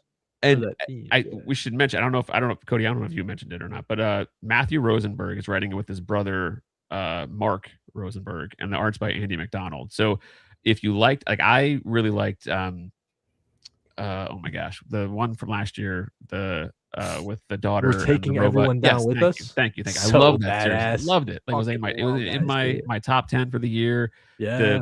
The dialogue in there, the witty, it's funny. Like, it's there's some, it's subtle humor too. Like, you could miss it if you weren't paying attention, and it's stuff that you, when you pay attention and read what's going on, it's really, really good. So there's similar dialogue in here where it's just, you know, there's a melancholy sadness to some of these robots who have no. There's a robot that appears in the first issue that its sole function is to cook breakfast for humans, and he just kind of rolls around like a little like R2D2 looking thing, and asks robots if you want breakfast, and like the animatronic Abe's like, when was the last time someone said yes?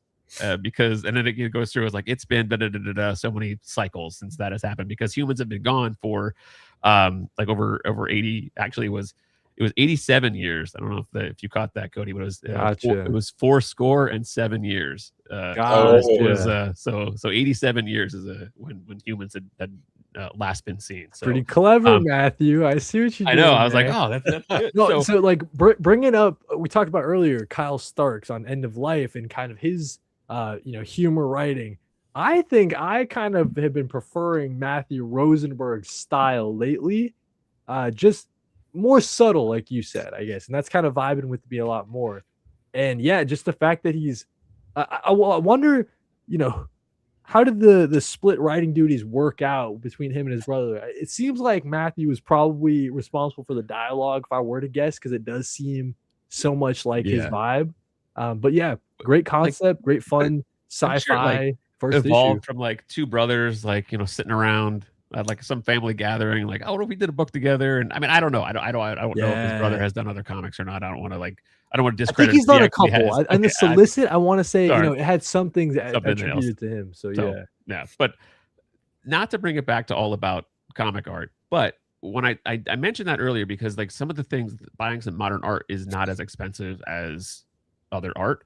I bought a page from issue 1 of If Destruction Be Our Lot. Let's go, Carl. Let's go. But the point is, like, it's that one of the pages we just saw from, it's page 2. It's him. Oh wow, the robot walking up, getting on the great soapbox. ink work on that. Yeah, God, and it's just like, it gives the vibe of what it's all about. It's Lincoln and the robots, and it's just it's that evokes the sea. Yes, that's a good point. Like, so it's a nice establishing. The first page is that splash page, and then this I really like. Splash pages are great, but I really like what we love most about comics it's the storytelling, and I love panel pages, because you get more for your money. I think, even though they're less expensive typically, because I just like seeing the examples. But anyway, you get that Lincoln doing his thing, giving a speech, and they're just like ridiculing him. But here's the point. I think that page was $300. So $300 is $300. I'm not going to say that is inexpensive, but we buy expensive books, so it's not so far to say like, okay, well, I have that, the book on my shelf. Like I liked it. I'm not probably going to read it again. I can sell that off for $150 or whatever it is. And you can find one or two of those and you can buy a piece of art. And, that's not always the case when you look at vintage type stuff. But you can get a page from something you really like. And, now the gamble is issue 2 could be terrible and I'm going to like hate it, but I don't think I will, because I like the premise. I trust the writing. The other thing which I thought was interesting was I saw in an interview with Rosenberg, who said we're already working on issue 13. And this was an interview that was recorded pre-release of issue 1. So that to me shows that there are plans, there are legs for this series, and it's going to, he specifically mentioned that he didn't want issue 1 to be throw everything. Oh, okay. Thank you, back, Kato. He didn't want to throw everything into an issue 1 to completely wow you. But for me, there was enough there to make me want to read bite more. onto, yeah. Yeah. And it wasn't like the series just in general has been marketed as an ongoing, like you're saying. So yeah, there's like that built-in trust, right? From the start. Yeah, and what was interesting and also reassuring was on the back of the page. So there's the information like the page 1 or the page 2 from issue 1, but in the corner it says that a lot of times artists will write the date that they draw the art. This says May of 2023, so they've been working on this for a while. So when he says we're working on issue 13, to me that tells me that there's multiple issues already in the can, which means that there shouldn't be the delays in publication, and that to me is reassuring. So I'm definitely looking forward to this series for sure.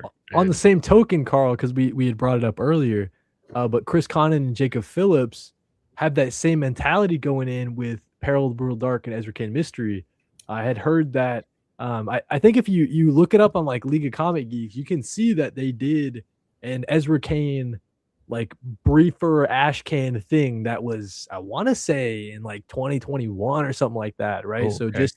just to see like how long these series are in the cooker for a while, right? Until they find a home, some publisher that believes in them to actually execute it. So, and that's like a perfect thing to take to DC Vertigo and say, which you guys are looking for big swings. Like we've been cooking this world over here, right? It's ready to go. It's two comic book creators that already work so well together, and that they have put out stuff, and they can trust that there won't be so many delays, right? Like they're just, that's important. Let's rock and roll. Yeah. And again, not to make this all about money or whatever, but I did see that I think it's Splash Page Comic Art, they just listed some of the Ezra Kane pages, and they're the Jacob Phillips art. They're like, there's, you can get a couple $100, $200, $300, $400, somewhere in that range. It ranges. You can get a panel page. Where did you say that was, Carl? Yeah. It's a Splash Page Comic Art, I believe is the. It's funny, all the distributors, right? Like all. Yeah, it's, and that's. Oh, and I should say, I think it's Comic Art House is the one that has the Andy McDonald art for. If Destruction Barrel, I can't type and talk at the same time apparently. So comicarthouse.com. That's the Andy McDonald, and then Splash Page Comic Art is the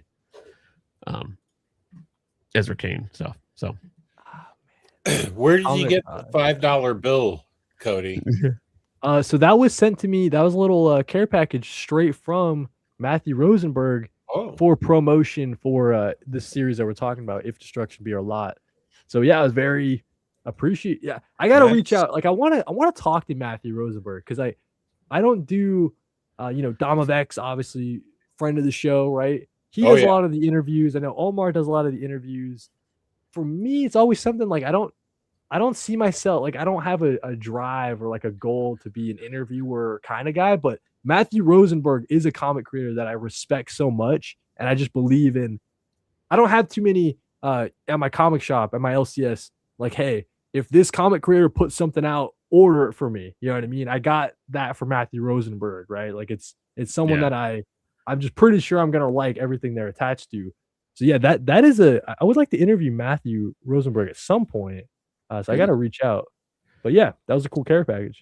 Yeah, if you send a care package, if he wants my email, and my address, just next time we talk to him, Kody, let him know. Dude, honestly, Carl, it's one of those things that I just from interacting with him on like Instagram, I feel like Matthew Rosenberg he's just like really tuned in. Like you can tell he just lives and breathes comics, and I don't know.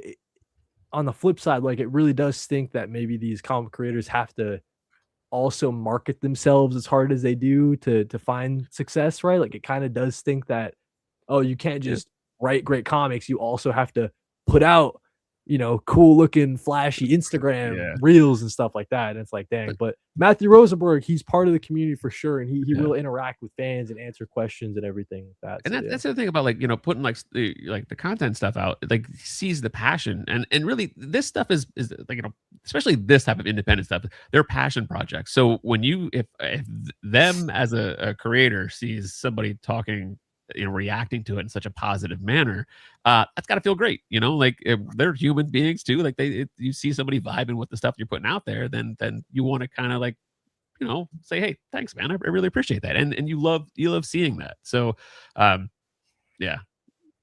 Yeah, well said. But I just because the art the art was shipped directly from Andy McDonald, and he sent the I guess they like sending care packages out with the art. This is a poster for the comic shop poster for That's cool. Destructive Bureau lot, and then he also sent I just dropped it like a sticker.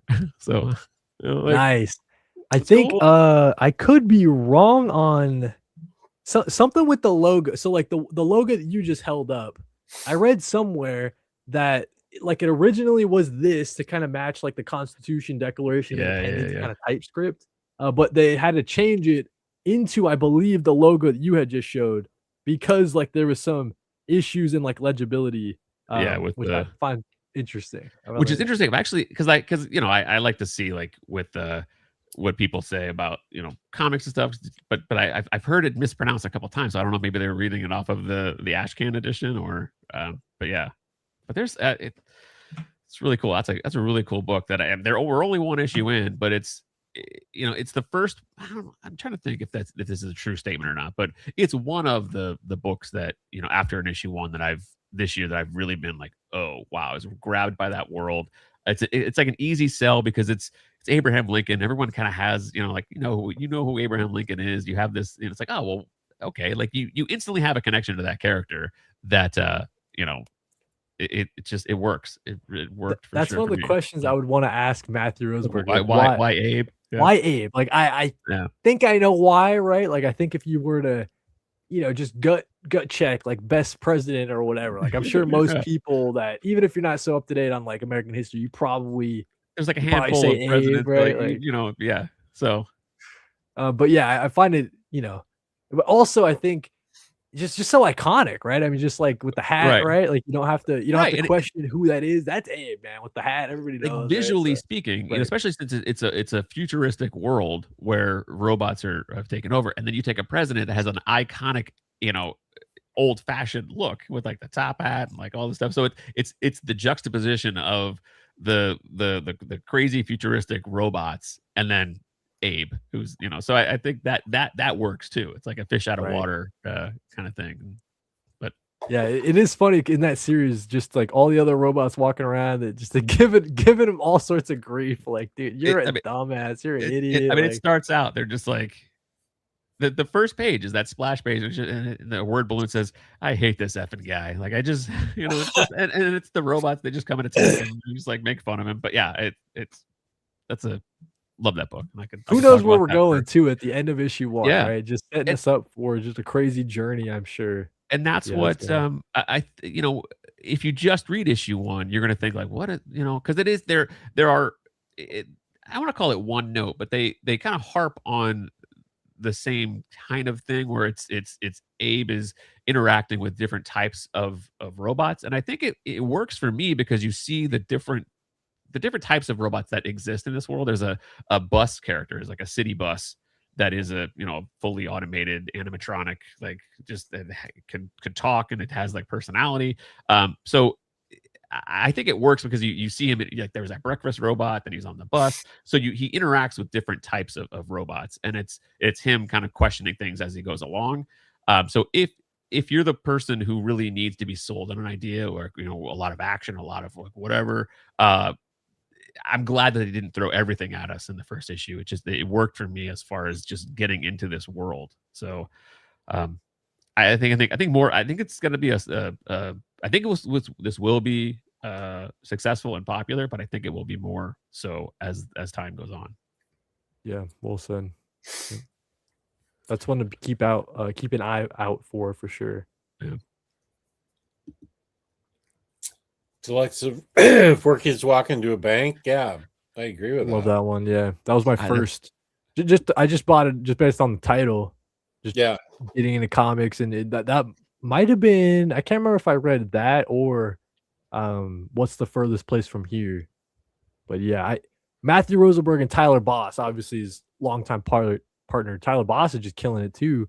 Recently doing a lot of cool stuff. Yeah, I loved Farthest Place from Here because I also collect vinyl, And those Yes. issues came with 45s.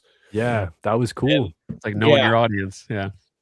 Yeah, that was perfect for me. I loved, they were all covers by different artists, but I think I have the first one of that vinyl because I was at a comic shop in Mass, and Matthew Rosenberg and Tyler Boss, they did their little tour they did, just rolling through. I think in marketing their You'll Do Bad Things series from Tyler Yeah, Boss, like a they horror came out slasher. the same day. Yeah, and then we're taking everyone down with us for Matthew Rosenberg.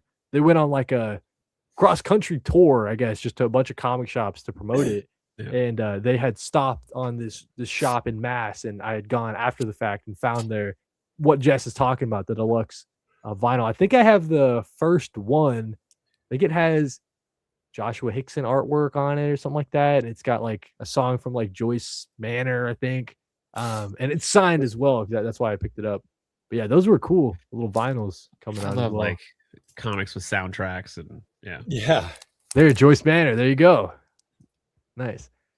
I also yeah, there you go. Because I told my shop like, yo, anything Matthew Rosenberg puts out, might as well just throw it in my pull. They had sent me, Carl had shown off the store poster for If Destruction Be Our Lot.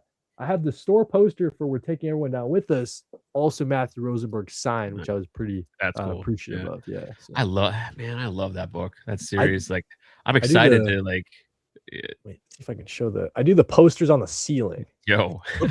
Just I mean, you run out of room, man. Yeah. Exactly. Yeah. On the walls, I don't got no room, so we got them on the ceiling. Wow. See over there? That's amazing.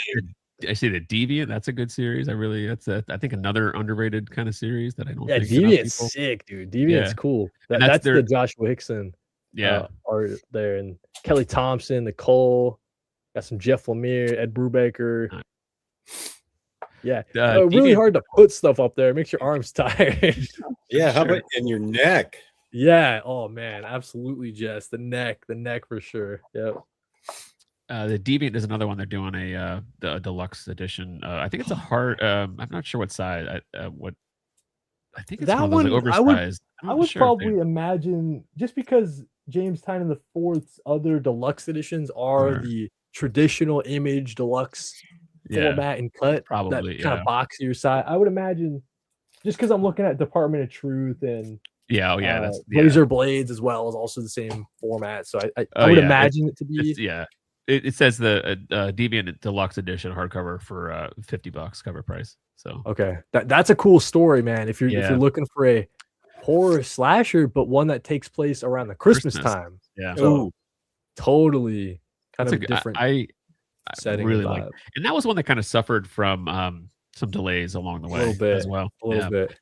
But in some ways, it kind of worked because I think it started around Halloween and also then ended around like because of delays. It almost ended around, like you're saying. I think it ended in like September or something like that, like almost time perfect. But that's going to be another great, like, kind of. It's like the Nightmare Before Christmas of comics. It's like, is it horror? Is it Christmas? Is it is it a Halloween movie or a Christmas? Like, that's the one you read that season. Not to totally blow up artist Joshua Hickson's spot, but I was in a C2E2 in Chicago, and Joshua Hickson was there. This was after the show. It was probably, I don't know, 8 or 9 or 10 or whatever. I'm outside smoking a little marijuana joint, a little bit. And I see Joshua Hickson. He's coming, he's walking. He just kept going to the grocery store. He's on this corner store, whatever.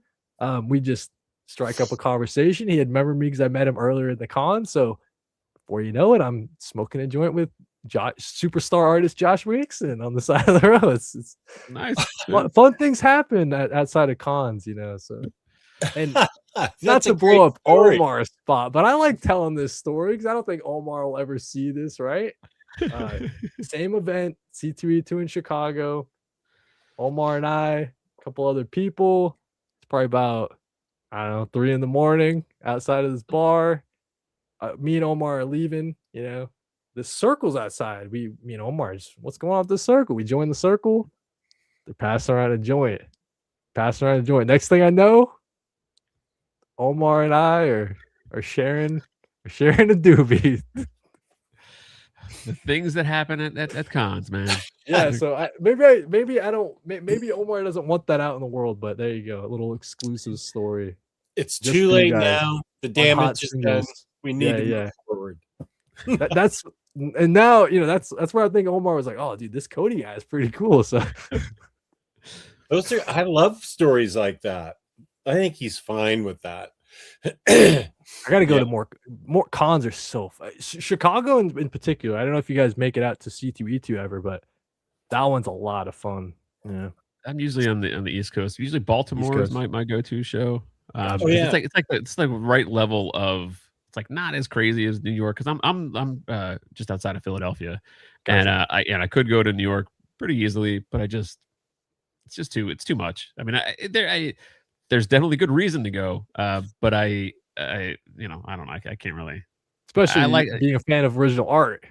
Yeah, You could, well, that's the other, so that was the other thing. So so Baltimore's got a good list of usually like creators, and then there's a original art expo, OAX, is in Florida. So that's like kind of like my 2 shows a year that I do now. So that one's like focuses on comic art. So yeah, and I'm good. That scratches the itch of Gotcha. cons. You know, Heroes is one that I always have wanted to go to. Yep. Oh, But like, Gotta make it out there one day. I'd love to, but it's hard. Like the family. Seems like a all lot the of stuff, content like- creators go to that one, Carl. So Yeah. Bunk Yeah. has been trying to get me. Yeah, he was like, he wanted to go like last year. I have another one of my buddies. I do a podcast on like Transformers. Like he's going this year. He's like, oh, you got to come. I was like, it's the summer. Like it's usually like vacation stuff. I got family stuff going on. It's tough. And then I you don't want to use up the, hey, I'm going to go to a Comic-Con card too many times with with my wife. So it's like, got to be respectful of bailing on the family too much. So, see, that's your problem, Carl. You got a family. Yeah. You messed up there, buddy. that's what they say. The family will always, it takes you away from the fun stuff. But yeah, but it's but Baltimore does scratch that itch for Gotcha. for like it's a great artists and great it's more a comics focused show. It's like not a lot of like pop culture stuff, like actors and that kind of stuff. So got a good vibe. But yeah, I would go to more shows if I didn't have that family. Heroes is super fun. I had a lot of fun. What year is this? Was it 20? It was just last year I went. And Omar and Melanie were there. Lars was there.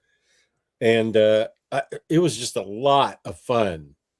It is a really good con. Are you going again this year, Jess? I can't this year, but AS is giving away. He can't make it, and he already bought tickets.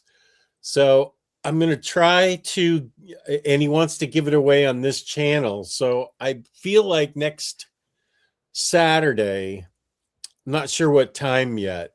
I just hit 9 years and I haven't celebrated yet. And I could give away a bunch of stuff. I know I have to give away these tickets that are so cool because Heroes was really, really fun.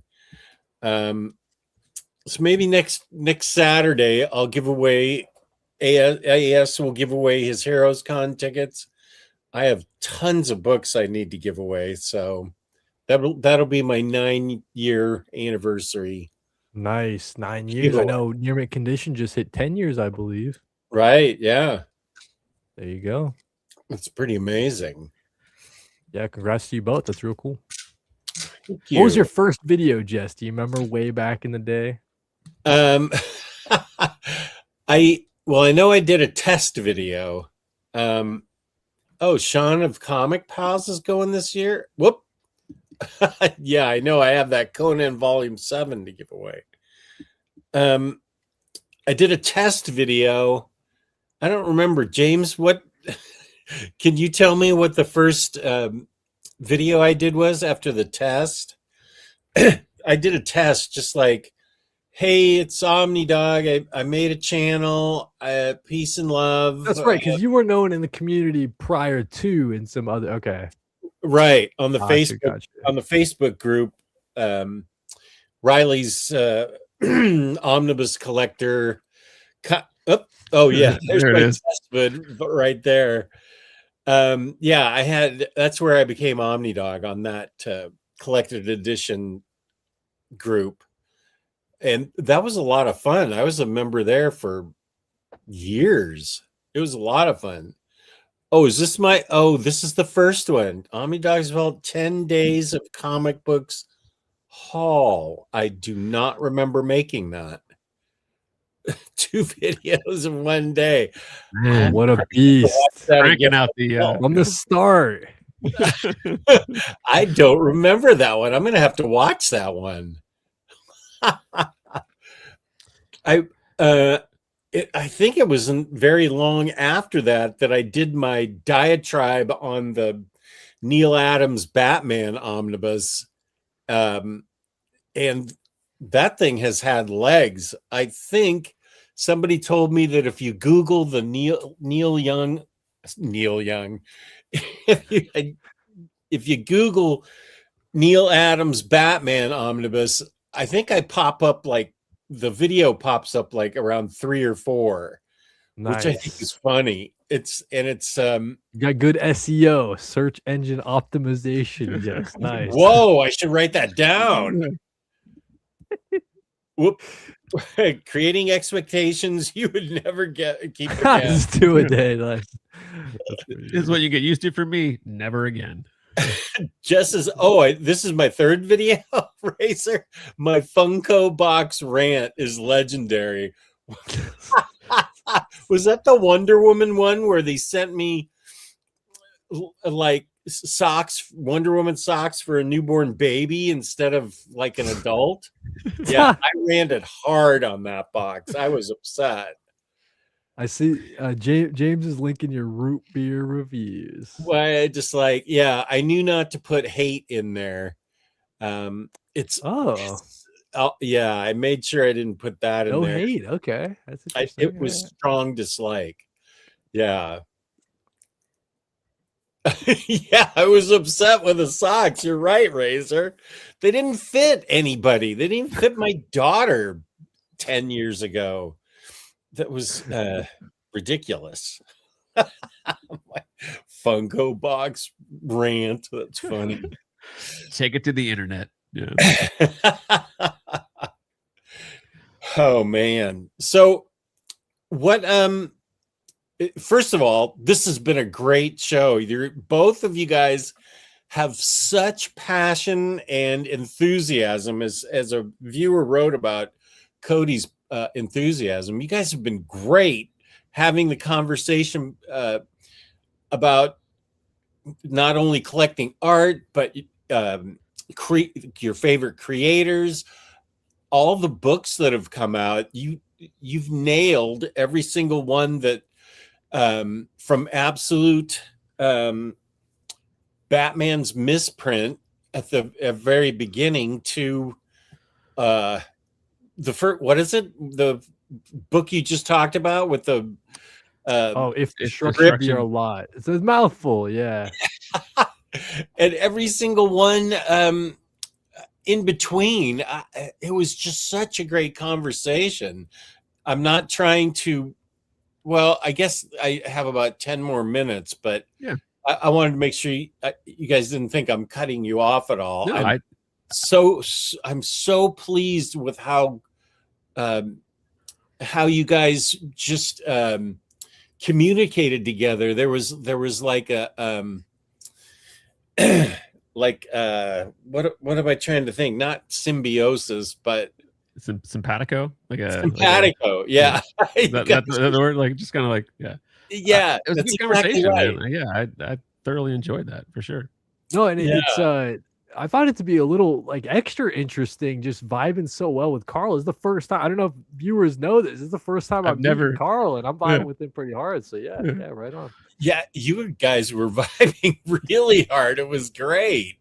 I mean, I had a feeling, some comic art. You got the toys in the background. It's like, yeah, it's true. It's true. The comic art. Because I don't think I've run into anybody that collects comic art that heavy. I feel like that's kind of like an underrated aspect to the hobby. Like, I feel like that's how I'd rather do that than CGC slabs, bro. Yeah, Honestly, I mean, like, and that's actually side note. That's how I met Bunk. That's how I kind of became friends with Bunk, because like he collects some comic art, and I saw some stuff he was into. We're both into Jesse Lonergan stories and books, and so yeah. So like that, I think like because there's a lot of people out there that are trying to get they're trying to get the like CGC collectors into original art collecting. It's just there's like like moving it over, but it's like they kind of focus on like big stuff, like big harp on the like the record setting stuff at heritage auctions, like the really expensive stuff. And like that's not how I roll. Like I have some pricey pieces for sure. Like but like I've sold off a lot of stuff. It's how to like manage what I'm doing. But I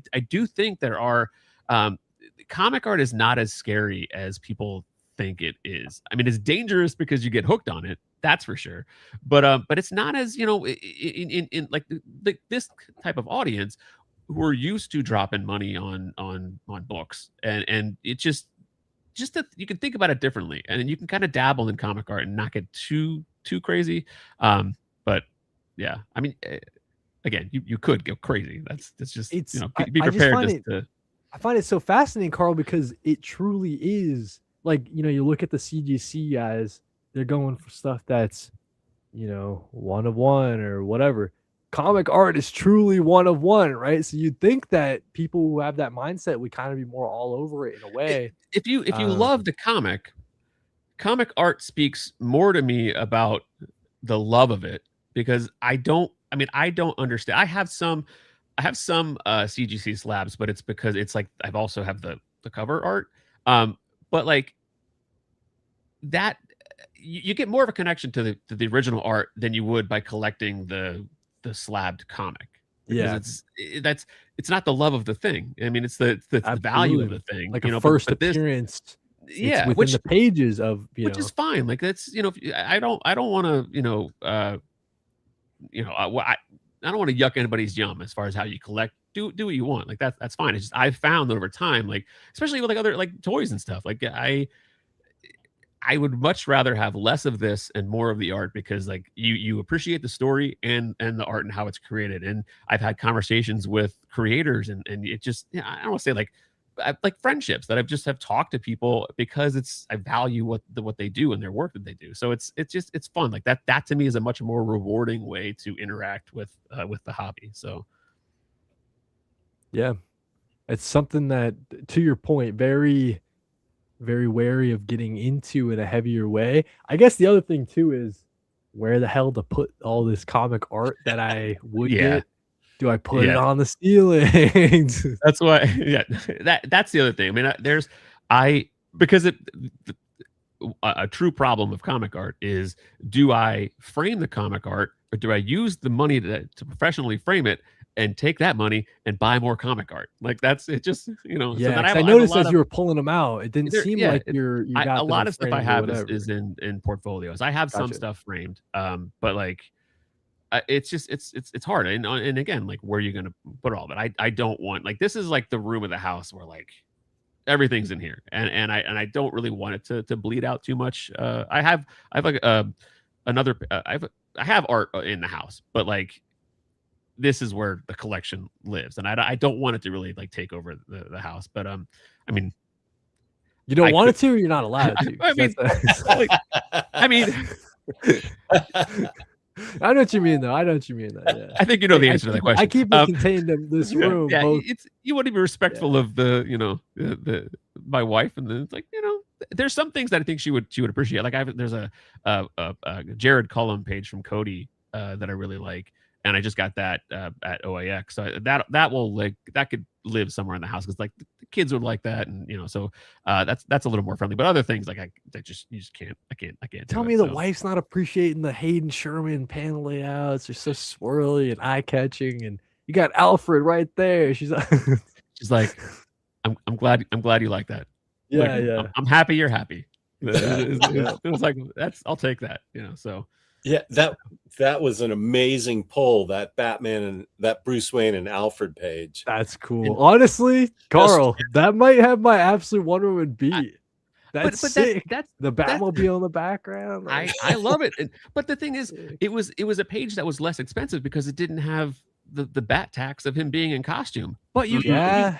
it's a classic type scene. Like you get it's Alfred, it's Bruce, it's Alfred helping his boy, like he's patching him up. Like I but there's the bat tax is real when it comes to original comic art. You know, those pointy ears, like that's gonna spike the money for sure. Like you're gonna pay up. But I hone in on different types of things. That's another way of not going crazy with the art, because that one wasn't. I think that page was like 400, which again, like I'm not trying to like it is what it is, but like in comic art, that's not a crazy purchase. And especially with Absolute Wonder Woman stuff, that's kind of, the prices have been creeping up with each drop, rightfully so.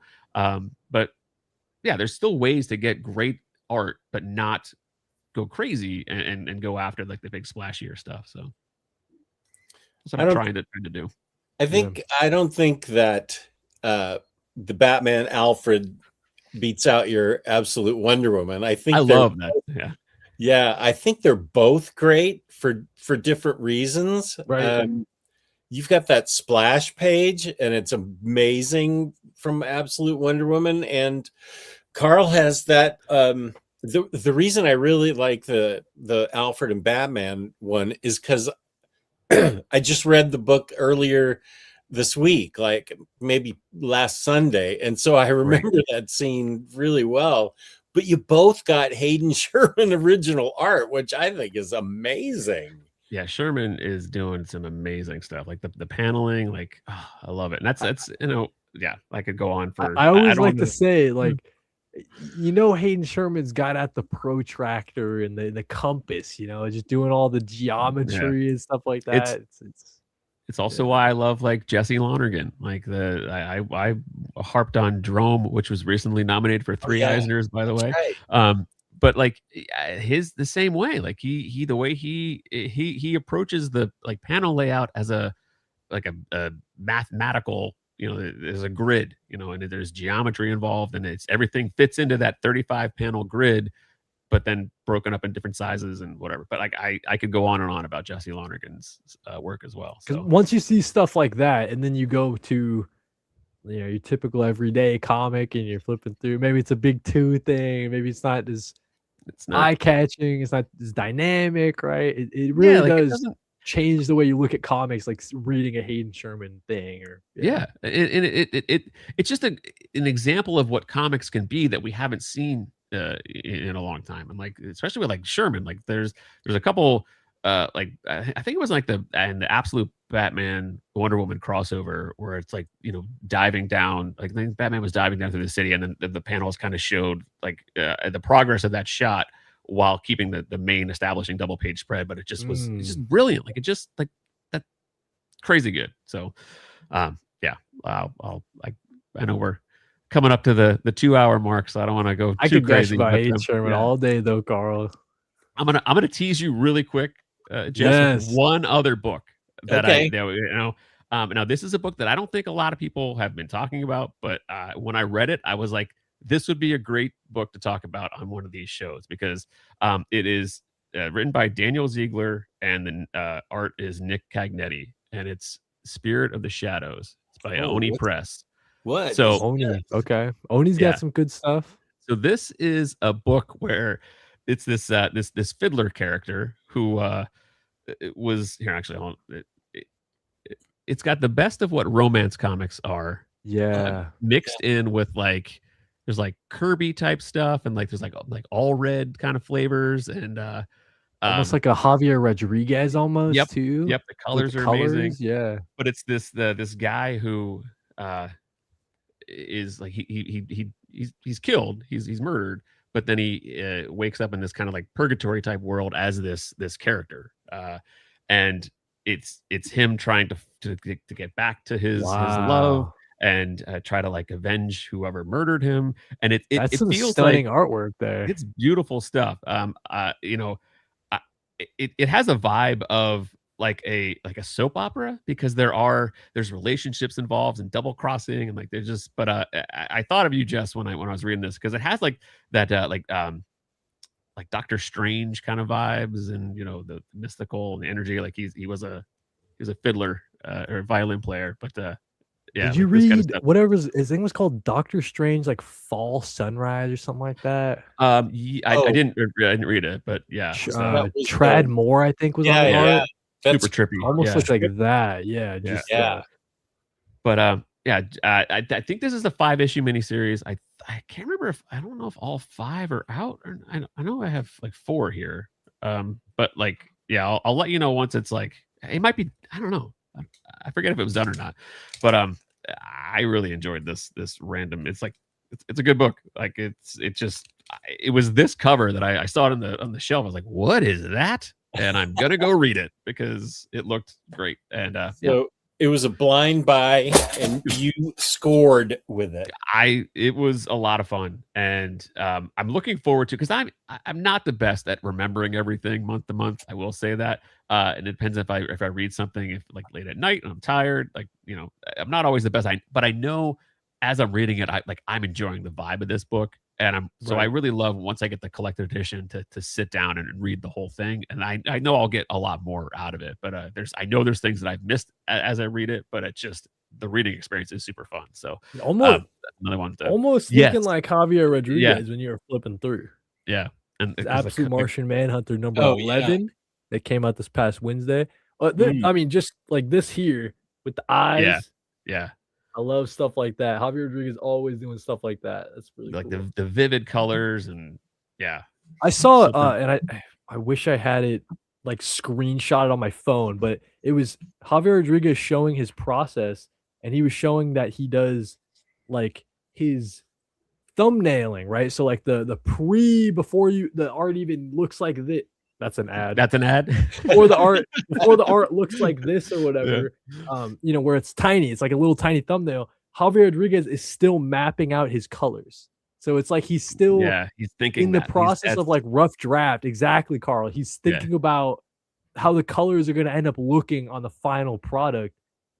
It's just incredible stuff, especially because, usually the interior artists pass it off to the color and they kind of do their thing, right? Yeah, but like sometimes it just just having like the full control over the art is the full vision is crazy from Javier. And I think that this pair, Dennis Camp, Javier Rodriguez, I'm hoping they do Doom Patrol coming up out of DC Next Level, because I don't think we have word on who's on that title. And I think Dennis Camp said in an interview or something, he said that the next project he's got lined up for DC is something with Javier Rodriguez still.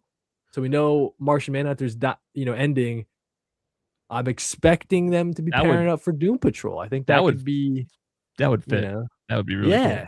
Something like wacky, kind of out there. I think that could be real cool. Agreed. Real quick before I sign off, how many titles each week that you guys?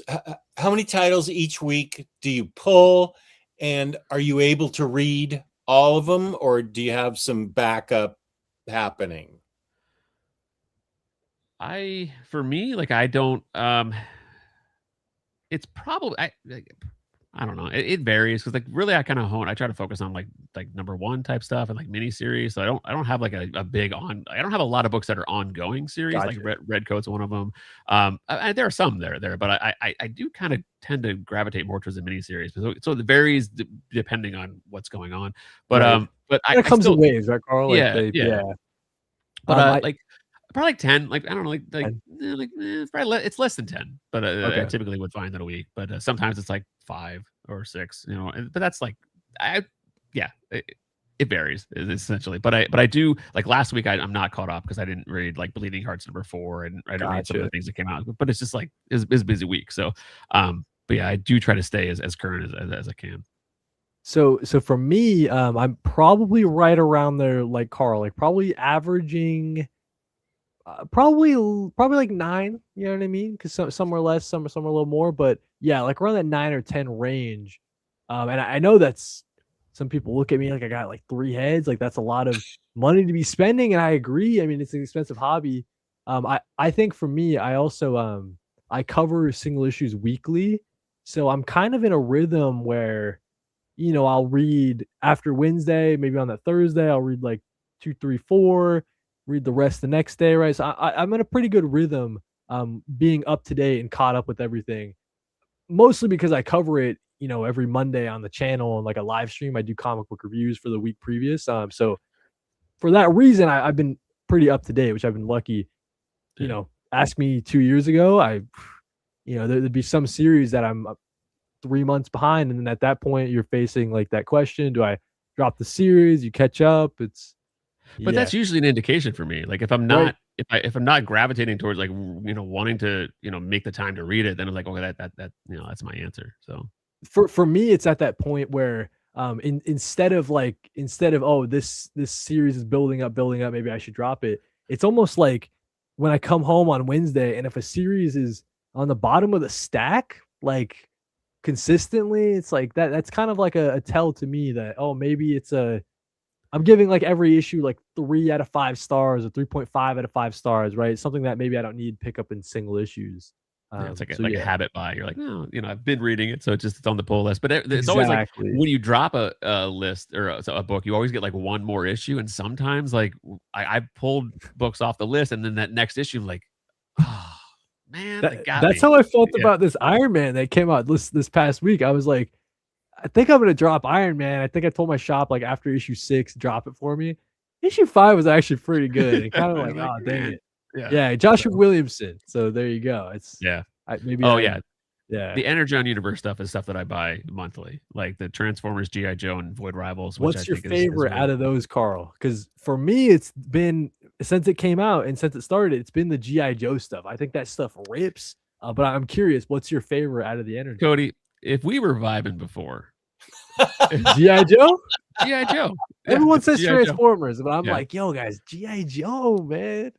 Yeah, like, I mean, I really loved like the Jorge Corona up to like the first like 24 issues of Right? Transformers. Really, really like that. But GI Falls Joe off a is like cliff the after 24, right? In my opinion. yeah, yeah. I mean, it's. I think it's maybe get whatever. We're gonna talk about that. But GI Joe is low key one of the greatest books on shelves right now, and it It's has no business to be, but it's really, really great. So the Dreadnought War, that was like, I was like, oh shit, dude, they killed that. Yeah. Cody. And Tom Riley's my guy. Like I've been buying Yeah. Tom Riley art for years because This might be my first Tom Riley series. yeah, I love this. I mean, again, I know that just has to get going here, but I could go on a lot. Tom Riley, I love. I was buying art from like an Ant-Man series. There was like a Thing series that and that's not my stuff. But I just love the art so much that Right. yeah. And then he was like announced to be on GI Joe, and GI Joe, real quick. You think of it as like military, like American military propaganda type stuff, and it's really not. It's like superheroes they're just cool characters, colorful, abilities and like whatever. But it's great. Like that book To me, is it's really, that really great. spy kind of Yeah, flavor yeah. that I don't get enough of in comics. So yeah, are you excited for Mask coming out? Is maybe the last question I Yeah, got for you. yeah. I mean, Mask was a cartoon that I watched. Gotcha. I had some of the toys when I was a kid, but like it never really had staying power for me. Like I always thought they looked cool and the designs looked interesting, but it was never one that I really like loved. So I'll read it because I'm interested. I really like Dan Waters. Dan Waters is the He's man. writing Yeah. Mask. So Dan Waters is the man. yeah, so and he already did the Destro miniseries. He wrote that one Right. for GI Joe, and so yeah, I'm and I feel like it's four titles. So hopefully you'll have like one a week, and I feel like that's an okay buy-in. Like if you're Good asking me to balance. spend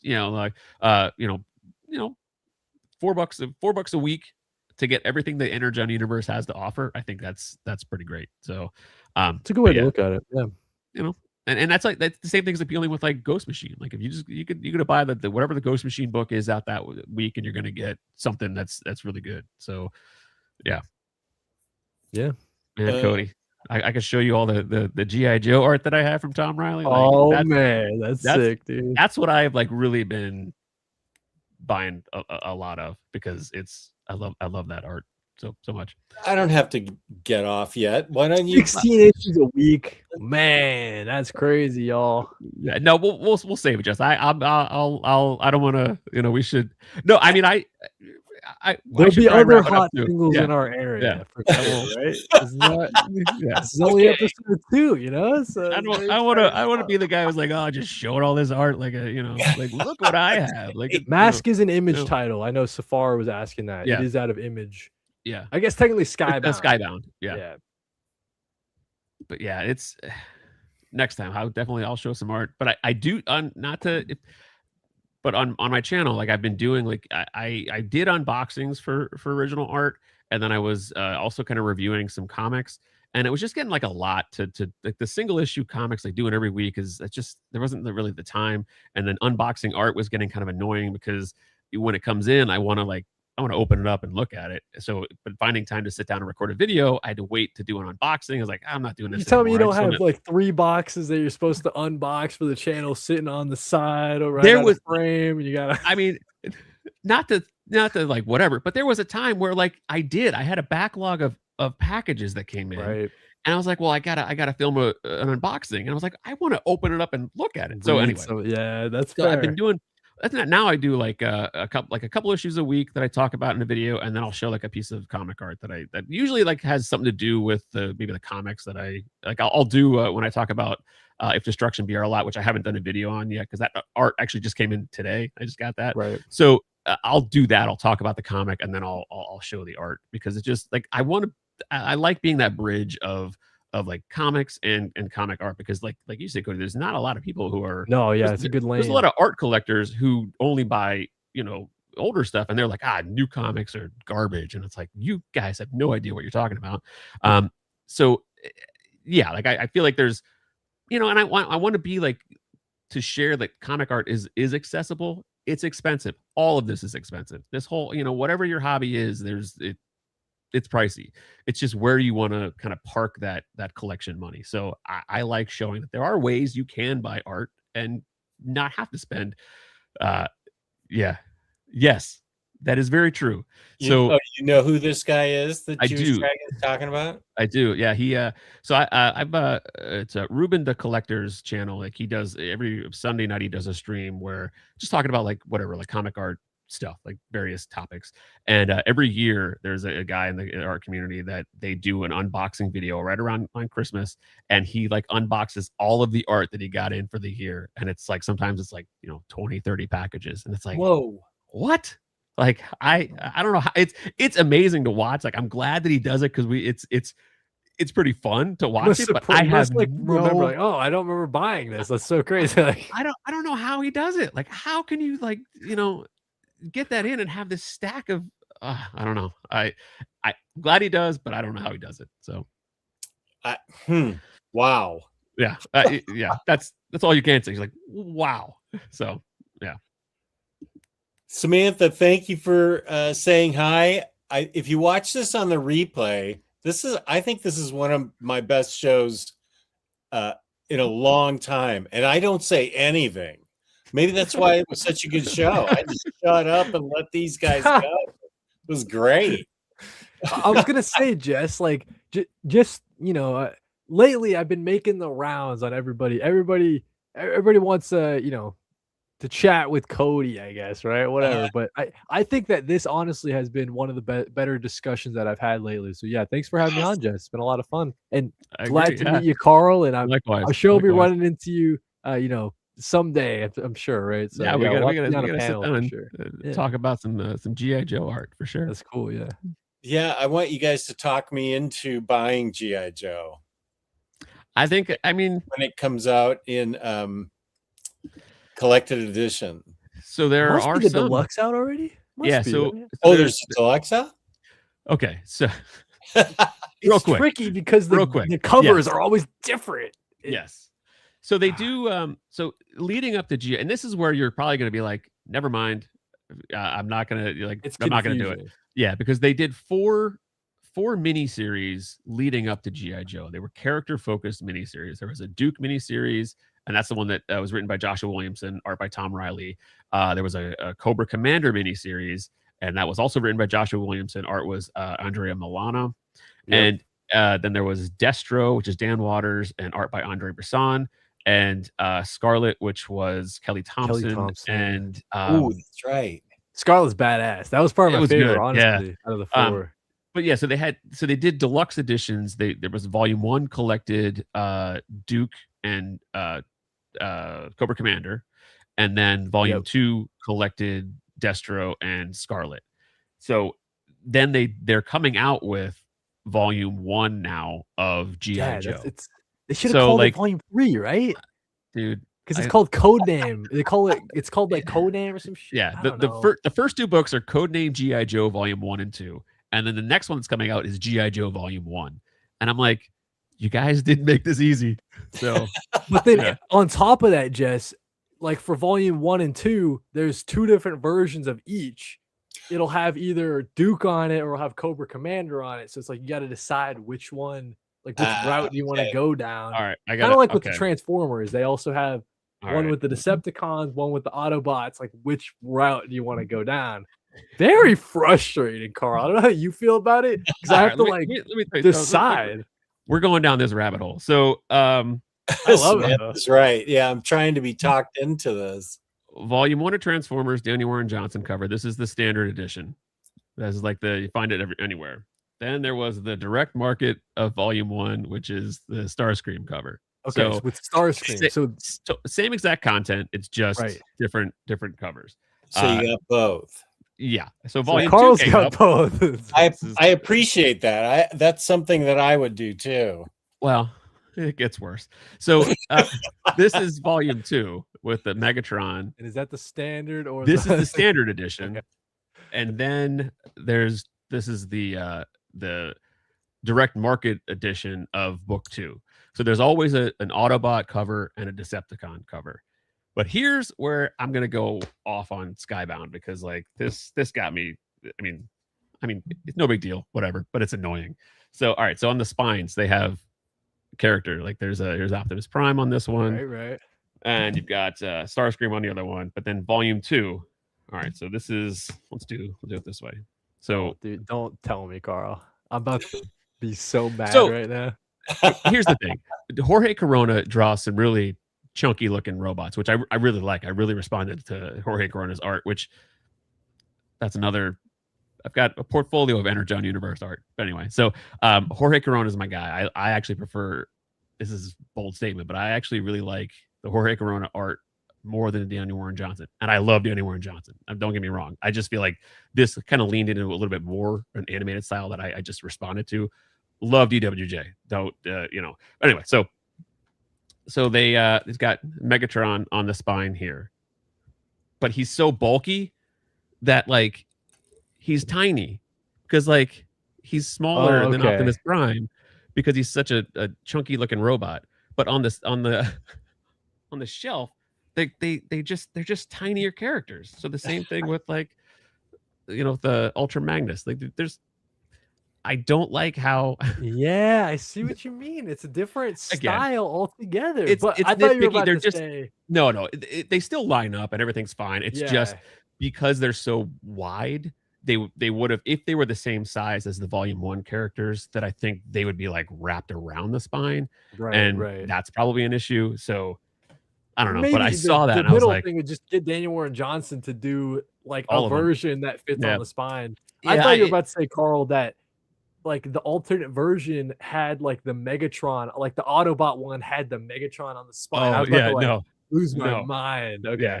But they did this with all of them, with all of the Energon Universe books. There's like a direct market and a standard edition, and it's annoying, but they got me too. Like, so I appreciate that breakdown though, Carl, because in that instance, I think I would probably now I know, okay, I can just get the Optimus and then you get the Megatron. And that's probably the way to do it. Okay, nice. But like this all started because like I really love the character of Ultra Magnus. I think he's just like I just love that character. So I was like, I need to get this one. But I also it started way before that because I actually bought both versions of Volume 1 anyway because I was like, I need the Starscream one because I think what happened was I bought one online, and then I bought like my LCS was doing like I think it was like a free comic book day sale, and I wanted to like support them. I was like, oh, I'll just buy that copy of that one, because then I had both of them. So, but yeah, I don't recommend it, but like, okay, so this is a great explanation, Carl, because I thought for some reason the number one, like deluxe edition number one, had either the Optimus or the Megatron, and you had to make the decision there.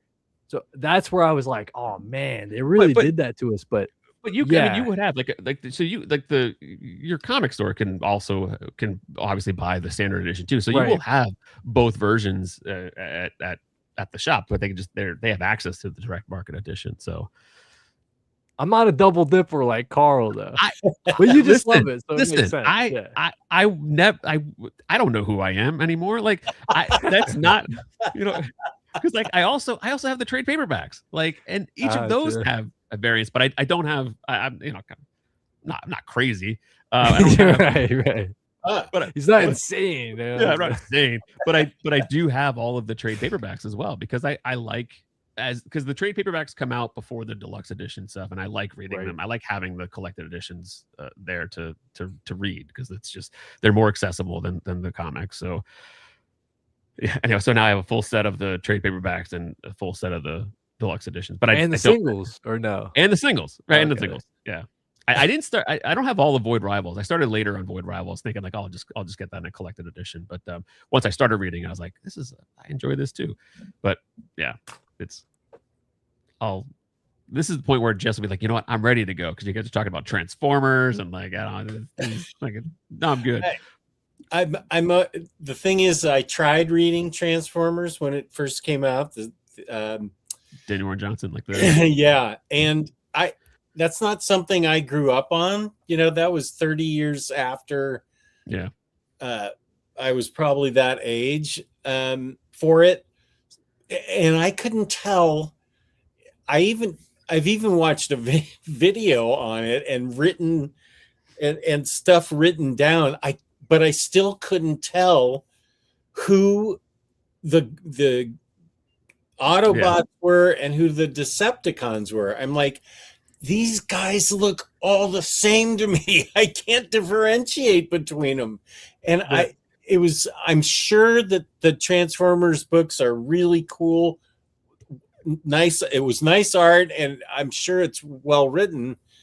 It was just not my I hear you. Yeah. Follow it. I wanted to. It really, it's a great comic about war. It's a war comic is what it is. And it's about the impacts of the war on each of the soldiers that are involved in this war, and they all handle it differently. And there's a character that in the middle of this war, he decides that I'm done. I'm not fighting this war anymore in Beachcomber. And like, I love that character, because it's a very interesting take on, how do I help my friends? How do I still serve a purpose but not actually raise a weapon to fight? So there's a lot of, it is crazy. It's crazy toys, smashing into each other. But there is something else there as far as like the character developments that, especially in the first 24 issues with Daniel Warren Johnson writing it. But I absolutely hear what you're saying, for sure, because it's a lot. And they're also, since they're based on toys that use the same mold. So like all the Seekers, like the jet characters, they all look the same, but they just are different colors. So like, so then you have characters that look exactly the same. It's just they're blue or white and blue, and like, so I fully understand where you're coming from. I did buy the first 12 Teenage Mutant TMNTs from IDW, and I bought 4 of the Power Rangers. I was kind of, I liked Power Rangers, but again, that's not something I watched. I love the TMNT, and I definitely was older when that came out, but I really dug those books. And yeah, Freddie's right. I sold them because I didn't think I was going to reread them. anything I read now, if I like it, I'm going to keep it. If I like it, but I'm not going to reread it, I have to sell it. I don't have the space. It's not a bad way to go about it. That's what like I do with, like I said, with the singles. Like in selling singles is hard because like but like when you can have a run that is like not too bad, you can get it in a box and kind of wrap it up nicely. It's not so bad. But I would much rather just sell like all the singles that I have. If I was Kody, I'd just give them away because he's a much nicer guy than I am. But I'm like, give me that money. I need to buy some art. But but answer that question often. I mean, if there's a series that I really love, I still want it in the best format available. So like, I would much rather have a series that I really love in like a hardback book or whatever it is. Like Helen of Windhorn, I've bought 3 times now. But whatever. I would never poke fun at you for that. I have, starting with the first issue, I have all of Harley Quinn in singles. Then I have all of Harley's stuff in trades. Then I have the deluxes, and then I have the omnis, and I've already got all of it in singles. Yeah.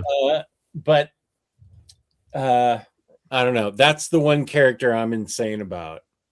And that's like the Energon universe is like I'm not like that with any other book out there. I don't need variant of trades or collected editions. So, but that one, I'm just whatever. Just keep them coming. I would say to answer Freddie's question, just in terms of like the big 2 stuff, lately, dude, I've been doing the big 2 stuff. Like I'll just keep those in singles, and I hardly ever upgrade a modern big 2 run in a trade, or they don't really do deluxes and omnis for the more modern stuff. Like it takes a little bit for it to reach those formats. But yeah, I hardly ever upgrade into trades for those. For indie stuff, though, for sure. Like we talked about Matthew Rosenberg, we're taking everyone down with us. I see that at the comic shop. I had it in singles. Might as well get the trade as well. Or like, I don't know, the Everything Dead and Dying, like a zombie story that came out with Jacob Phillips artwork, like that I had in singles. I get the trade. So for the indie series, for sure, I definitely do a lot of upgrading. But big 2 stuff, yeah. Not so much easier because like there's typically like limited stuff, like 6 or 12 issues or whatever it is, and then that kind of comes out faster. Like The Moon is Following Us, I would buy that in any format that it came in. So you know what it is, Carl. It's the fact, like I don't want a series that has 12 volumes like on my shelf. Like for like the collector in me isn't vibing with that. I like the all in one volume or like a double set if possible, whether that be an omni or deluxe or whatever. I don't like having 50 trades all in a row for a series. That's not my vibe, but yeah. It looks just, I'm just looking over it like a show. It just looks nicer when they're kind of in that, like a deluxe kind of size, like, that's why it's, that's why it's type perfect. issues. It just presents well. So yeah. All right. Well, I think that we should probably stop. Yeah. Great discussion though. Yeah. I'm with you, Jess. Yeah. This is great. This has been awesome. Kody, can you put, what's your YouTube channel? Kody Collects everywhere on all socials. It should be okay. So yeah, I need to create a link for it and put it in the description. Yeah, I appreciate that, Jess. Yeah. Oh, sure. Absolutely. And I've got Carl's already. Oh, here it is. Shout out to James. James is on James, as always. Oh, so, yeah, I agree. And Safar just dropped a super chat. Just my single recommendation for you: Batman, Wonder Woman, Truth by Jeff Loeb, released 4/29. Oh, that's no, it's not weeks ago. One shot. Okay, thank you, Safar. That's a Hush 2 prequel or something like that. Yeah, or between Hush 1 and 2 or something. In that universe. Yeah. Huh. Okay. I love Hush 1. I just haven't read. Yeah, Carl, I'm with you. I wasn't gonna say anything. Safar is enjoying it. Yeah, I'll just leave it at that. I mean, I think, but that I heard was actually really good. Like the Batman Wonder Woman Truth, like the one shot. Yeah.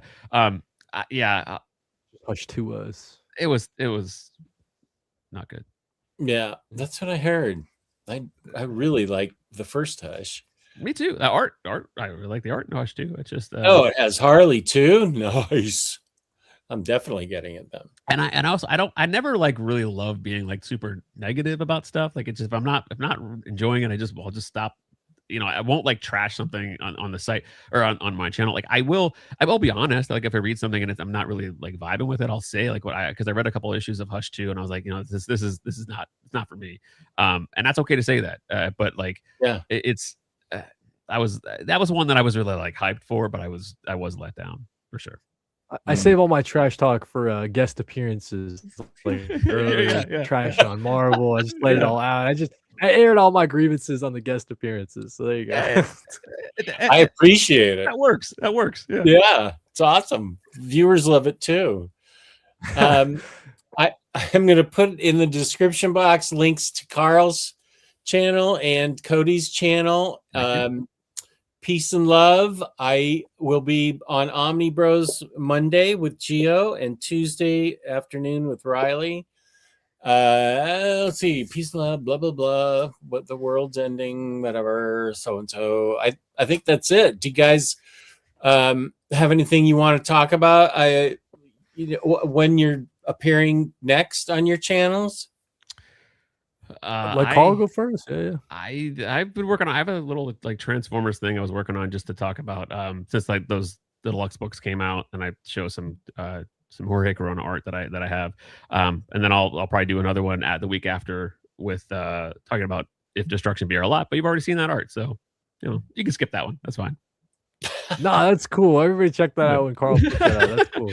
That's the other thing. Like I never promote anything. Like I just like algorithm be damned. Like I'm just like whatever. Like I just like put stuff out. Like if you like it, that's cool. If not, I sort of talk about stuff that I like. So but yeah, I'm Right terrible on, at yeah. it. So No, as someone was it Farsender had said in the chat, I just appeared on Chubby Ray's channel as well. We got into more of like the making video kind of side of things, like of the YouTube kind of. And then I also did a collaboration with Dom of X, friend of the channel. We just did a voting sequence of videos where we did one on his channel, one on my channel, where we did the voting for the Tiger Eyes DC Omnibus poll. So we went through our picks, both channels there. And then I think tomorrow I'll be tomorrow's like my birthday, so I was gonna do like a birthday stream. I was probably gonna play there's this PS2 game. Let me grab the box. It's a PS2 game called Justice League Heroes. So if you guys are watching on my channel, I gotta beat this because next week we got Lego Batman coming out. So that'll be fun to play on the channel as well. So yeah, comic videos every day. Kody collects on YouTube. But yeah, that's what I got going on my channel. Chubby Ray, friend of the channel. I love Chubby Ray. Yeah, Chubby's awesome. I love Chubby too. Yeah. And fortunately, my scheduler is in the chat. Thursday at 9 a.m. I'm going to appear on Aussieverse with Omar. Thank you. And then I will be on Very Fine Condition with the DC solicit. Right. They got pushed back. That's right. I'll see you there, Jess. I'll see you there. Okay, good. That's great. Thank you, Freddie. Thank you, AS. I appreciate it. I don't usually make a big deal of my birthday, but yeah, I appreciate it from the here we go. Sure. Actually, I just got a notification. I'm also on a Transformers podcast. It's a Teletran Tapes. The issue 32 review just dropped. I just got a notification that it just went live on the channel. So it's a Teletran Tapes. Yeah. Well, like we spent like 2 hours talking about each issue. So is that Batmantha, by the way? I think it is. I know. Yeah. Okay, I know Samantha is Batmantha. Gotcha. Right on. Yeah. Cool. And I forgot. I just released before the show how I voted on the Tiger Eyes Most Wanted new DC. So you can check that out. And okay, I think that's it. James, have I forgotten anything? Shout out James. Appreciate it. He is on it. Thank you so much, James. Thank you guys for being on. This has been super fun and really entertaining. And I love having both of you. So thanks for being on, Kody Collects and Carl. You need to vote. You've only got another 24 hours, Sam. Got to do your civic duty, everybody. Make sure. So thank you to the chat. Loved everything that the viewers had to say. You guys had a lot of good stuff to say, and I can't say enough about you two. This has just been a great video, and I really appreciate both of you. And I am going to use my Batter Days video to play us out. Peace and love. And peace and love to Kody and Carl. Great video tonight. Thank you. Take care.